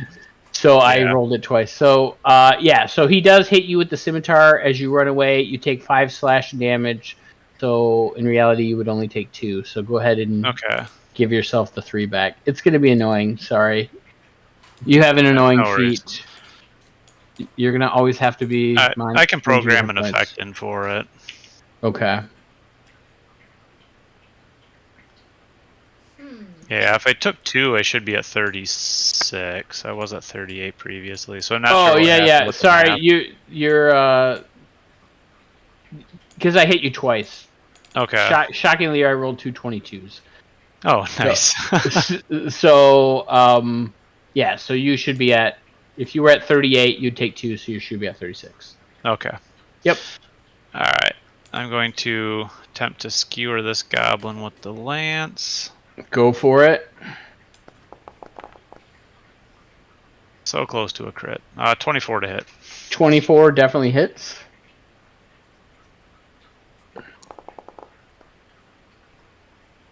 Uh, 8 piercing damage. Wait, what? Yeah, so you run up and you totally do skewer this dude. You like hit him with the lance and you kind of like pick him up and he like goes onto the lance a little bit further and then you kind of throw him off and he is dead. He's a Nice. kebab. And that's my turn. All right. Next is Serinda. Alright, I have a bit of a problem. I can't move this moonlight, even though I'm supposed to be able to, but I've been sitting here trying to figure out how to move it. What, the Oh, moonlight? right. Yeah, templates, I think Eric has to move them because it's now part of the map. It's a GM-controlled thing. If you go to, I think it's under measurement controls, you can move templates around. Oh, wait. I got it. Alright, so...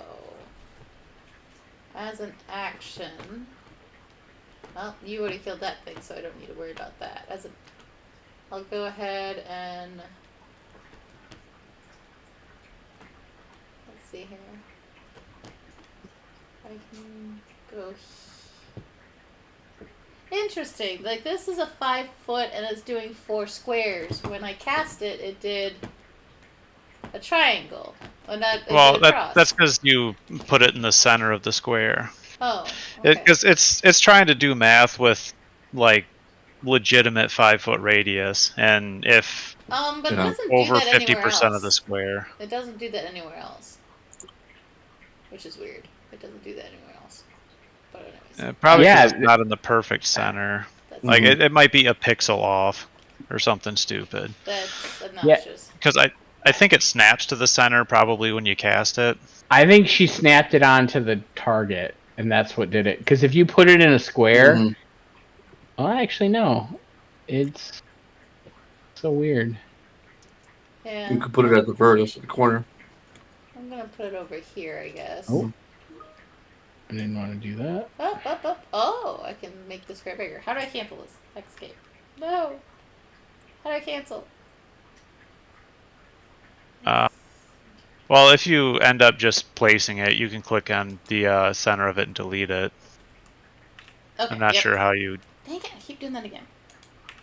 Alright, let me get rid of that. Alright, there we go. So, yeah, so there's a 5 foot square as my action over there to that guy. And then as my move action, I'm going to move over here. And, oops. I'm going to move over here and block this guy from going to... Oops, I have to reload for some reason. Block him from going to Cosgrave with my sentinel feet. I get to use it. Or I Nice. get to try anyways. Wonderful. I love Eric's favorite. Sentinel feet. So, It's the best. alright. I'm done. I've moved. I've actioned. The only thing I haven't done is bonus action, but there's no bonus action for me to make, so we're good. All right, Cosgrave, you are up, sir. Well, standing around not getting killed sounds boring. So Cosgrave, I'm trying to move up this cliff. Is there how tall is this cliff? Ooh, I forgot about Monkey Boy. It looks to be like 15 feet in the air. Alright. So 5, 10 plus 15 is 25, so it's 30 feet for me to get to here. I can move there. You can't move there because there's a dude there. There's a dude there. I move here. Oh, And there's a dude there. And there's a dude there that you now see. Mm. Ah. Alright, fair enough. Well, As they were kind of like hiding, kind of crouching down, so you didn't see him up on the cliff. All right. Well, I get what they're doing. Let me stab one. Okay, which one do you want to stab? The one on the right. It's Tupac time.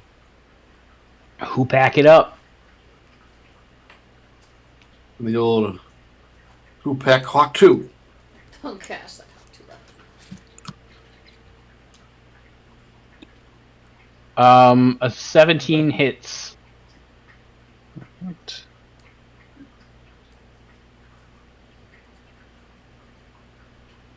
Yeah, you run up and you just spider monkey your ass up the wall, jump in the air with your hoopak two-handed above your head, and you just come down on the back of this dude's neck, and you just like paralyze him, and he like goes prone on the ground. So he's not dead, he's just paralyzed. Please. He's stuck in Sometimes Nice, I a wonder very why I special try to D&D save set. this half pint when he monkey climbs the next mountain. I don't know what you're talking about. What are you doing with the rest of your turn? I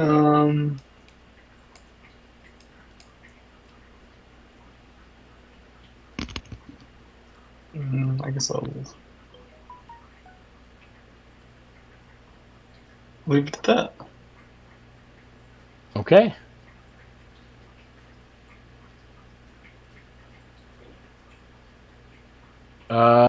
Next up is a goblin. And he is going to disengage. And he is going to run over here, jump down the cliff, and peace out. Yeah.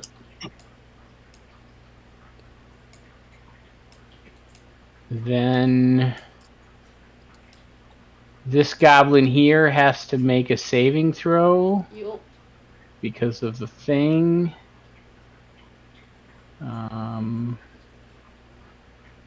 So go ahead and I don't know if you click it still, Ashley. I can't. No. So I'll just have to do a macro. It's slash roll to d10s. Okay. So I think he failed it. Is a 12 a fail? Yeah. Meets it. The 12 is what he had to get. DC 12 Constitution. He has to beat that. Okay, so he got a 12. So roll the half damage. Okay, so let me just roll and it's half of whatever gets rolled. So half of 13. What's 6 damage. Yeah.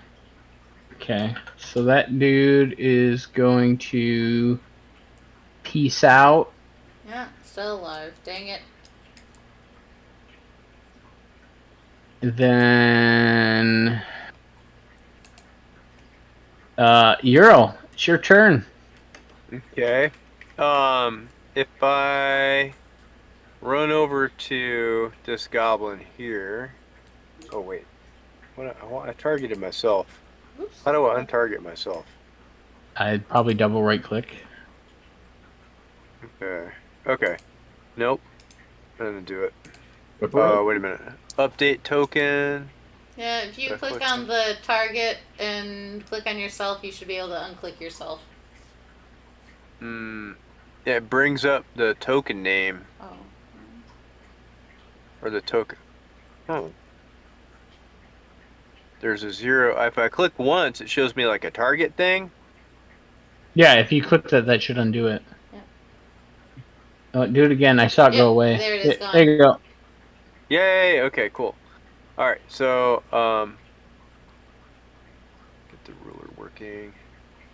Ruler. Okay. You don't know those guys are over there.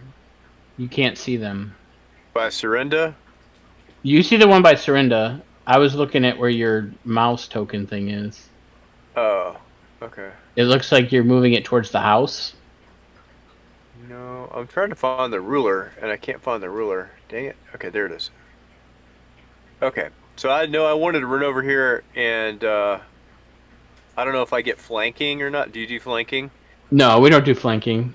But Okay. I Fourth think it can edition also shit. be a wolf to get flanking. For certain creatures, I think it's it.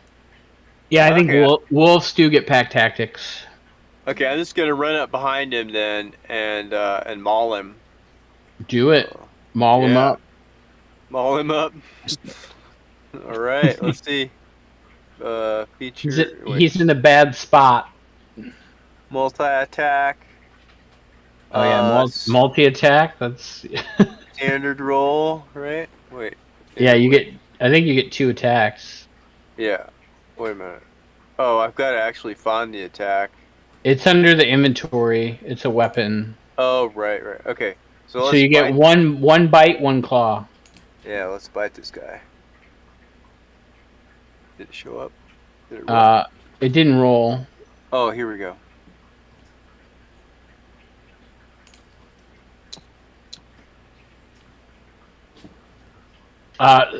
You somehow miss him. You try to bite him, and you kind of go, "Rah!" and you come down, and he kind of ducks underneath.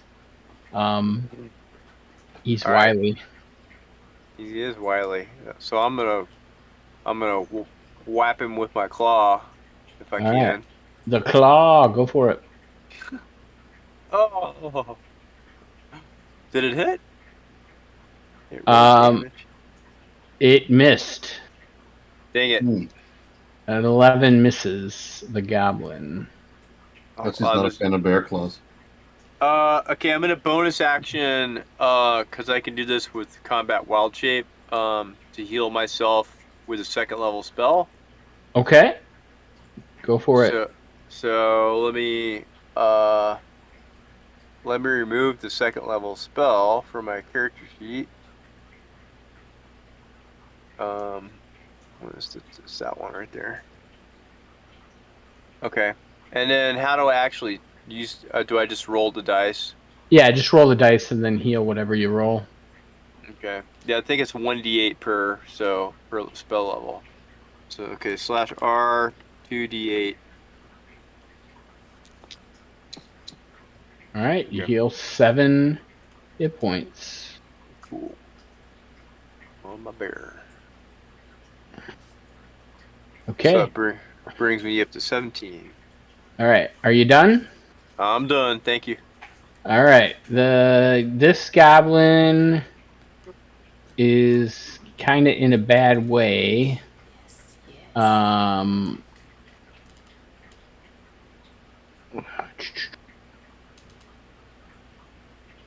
what is he going to do?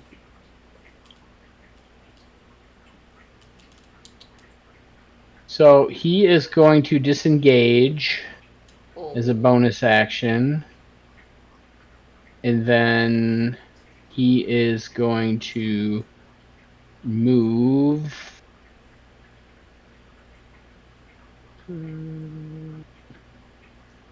He will move here, but I think actually you still get an opportunity attack. With Sentinel? Do I?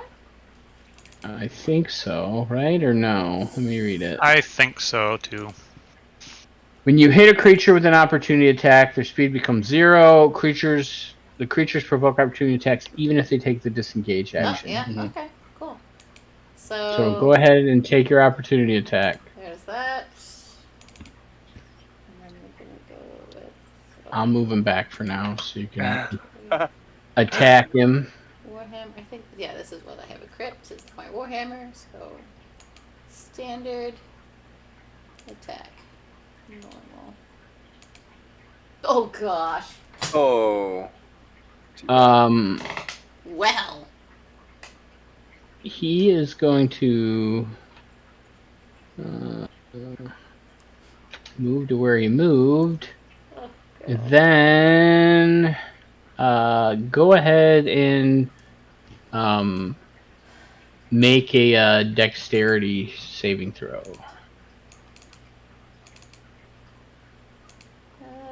Dex. Actually, no. Make a strength saving throw. Strength.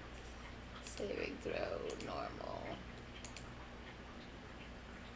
13. So 16, 16 with all the added stuff. So your weapon slightly starts slipping from your hands, but you are able to manage to re-grip it, and you don't fling it across the battlefield. Well, that's nice.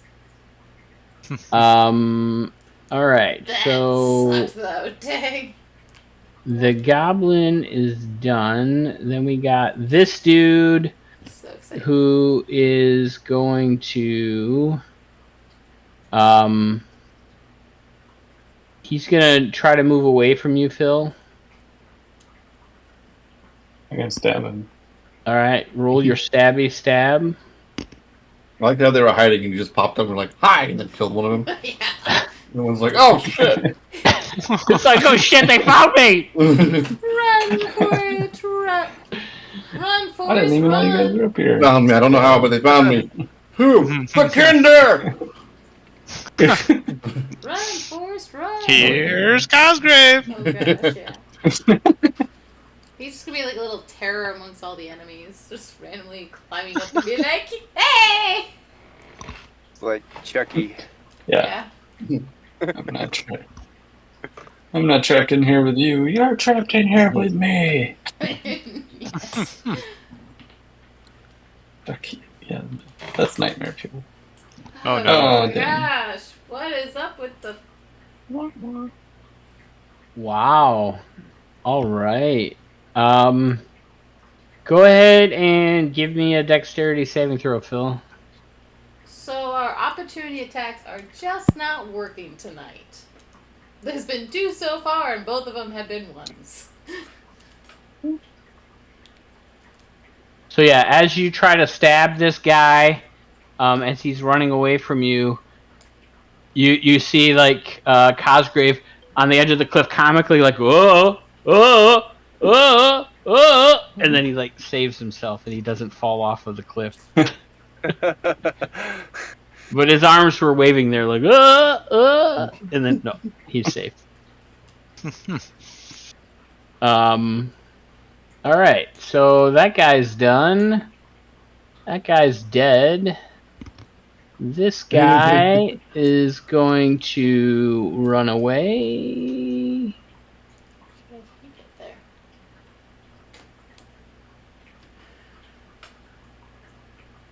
And then Tatiana's going to come out and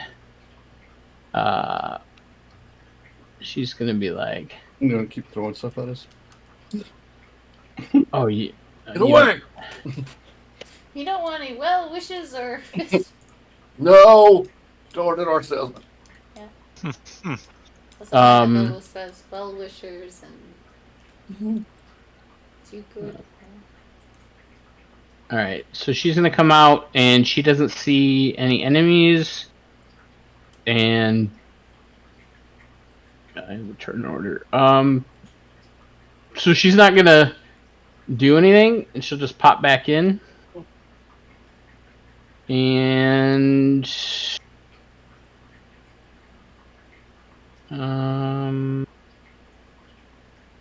Yeah. Unless you guys are pursuing that goblin at the bottom of the screen, I'm gonna say combat's over. If he keeps running, then probably not. My beam is about 5 feet too short to try to hit him. Wait, how far is the drop in that little cliff thing? About 15 feet. Oh, I can actually get there, though. I can actually pursue him. I could get him, too. Me too. I can move 40. All right. So the murder hobos are going. So Burnham, you're up. Okay. So yeah, I'm gonna try to jump down there. Give me a dexterity, or give me an acrobatics check. Is that falling?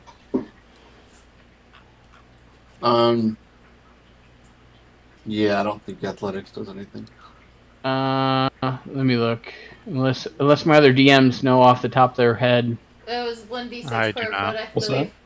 Or like 1d6 per, I think. Per 10 feet, 10 I think. feet, yeah, that For sounds 10 feet, I think. Yeah, that's the falling damage. so. But thematically, I would think athletics or acrobatics as a save would probably make sense, because if you land right, you wouldn't take damage from 15 foot. Yeah. Do the superhero landing. Dives, rolls, or somersaults and flips. Balance, I stay upright. Yeah, go ahead. Give me a acrobatics check. Okay.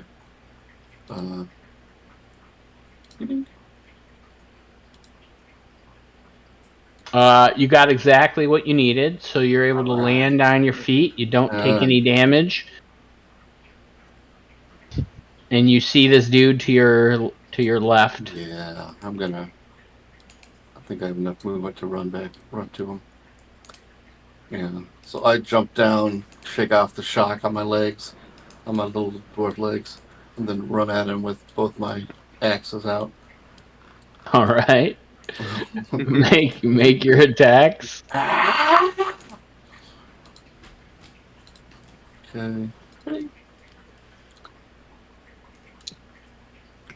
That definitely hits. All right. 4. Nice. And you just chop the back of the dude's neck, and he flies to the ground as he was trying to escape. All right. For his life. Well, Shouldn't now we joined the don't have Red to kill Army. him later. Combat is now over. And that is where we will end tonight's session. All right.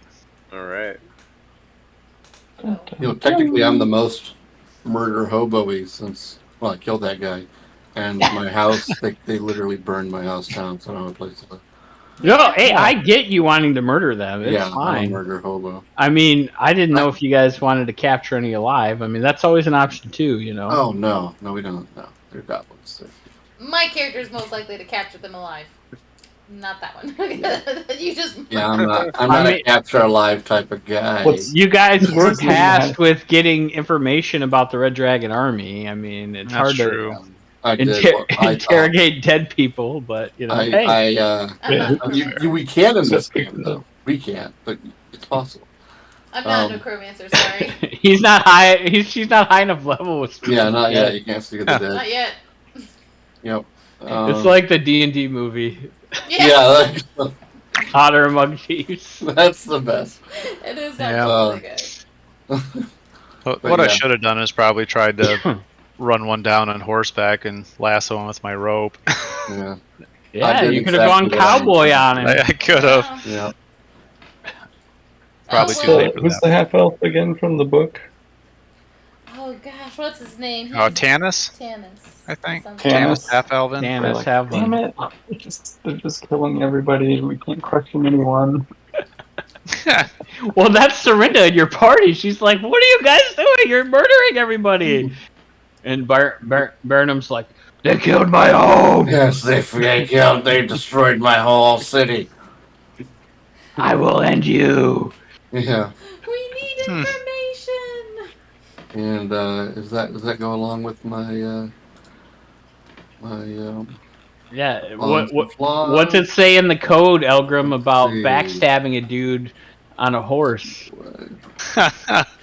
It's frowned upon. Yeah, you Oh, yeah. murdered a dude from behind. I will do everything in my power to bring the villains that destroyed Vogler to justice. That's my plan. There you go. Well, You're yeah. playing your character. Yeah, Yeah, that's you my are. just. That's That's funny because I wasn't even thinking about that. I, as a person, wanted to just kill him. But yeah, All right, so we're scheduled to play in 2 weeks' time. Does that work for everybody? Yep. So far, yes. sure. Yeah. The theory. sixth. The 6th.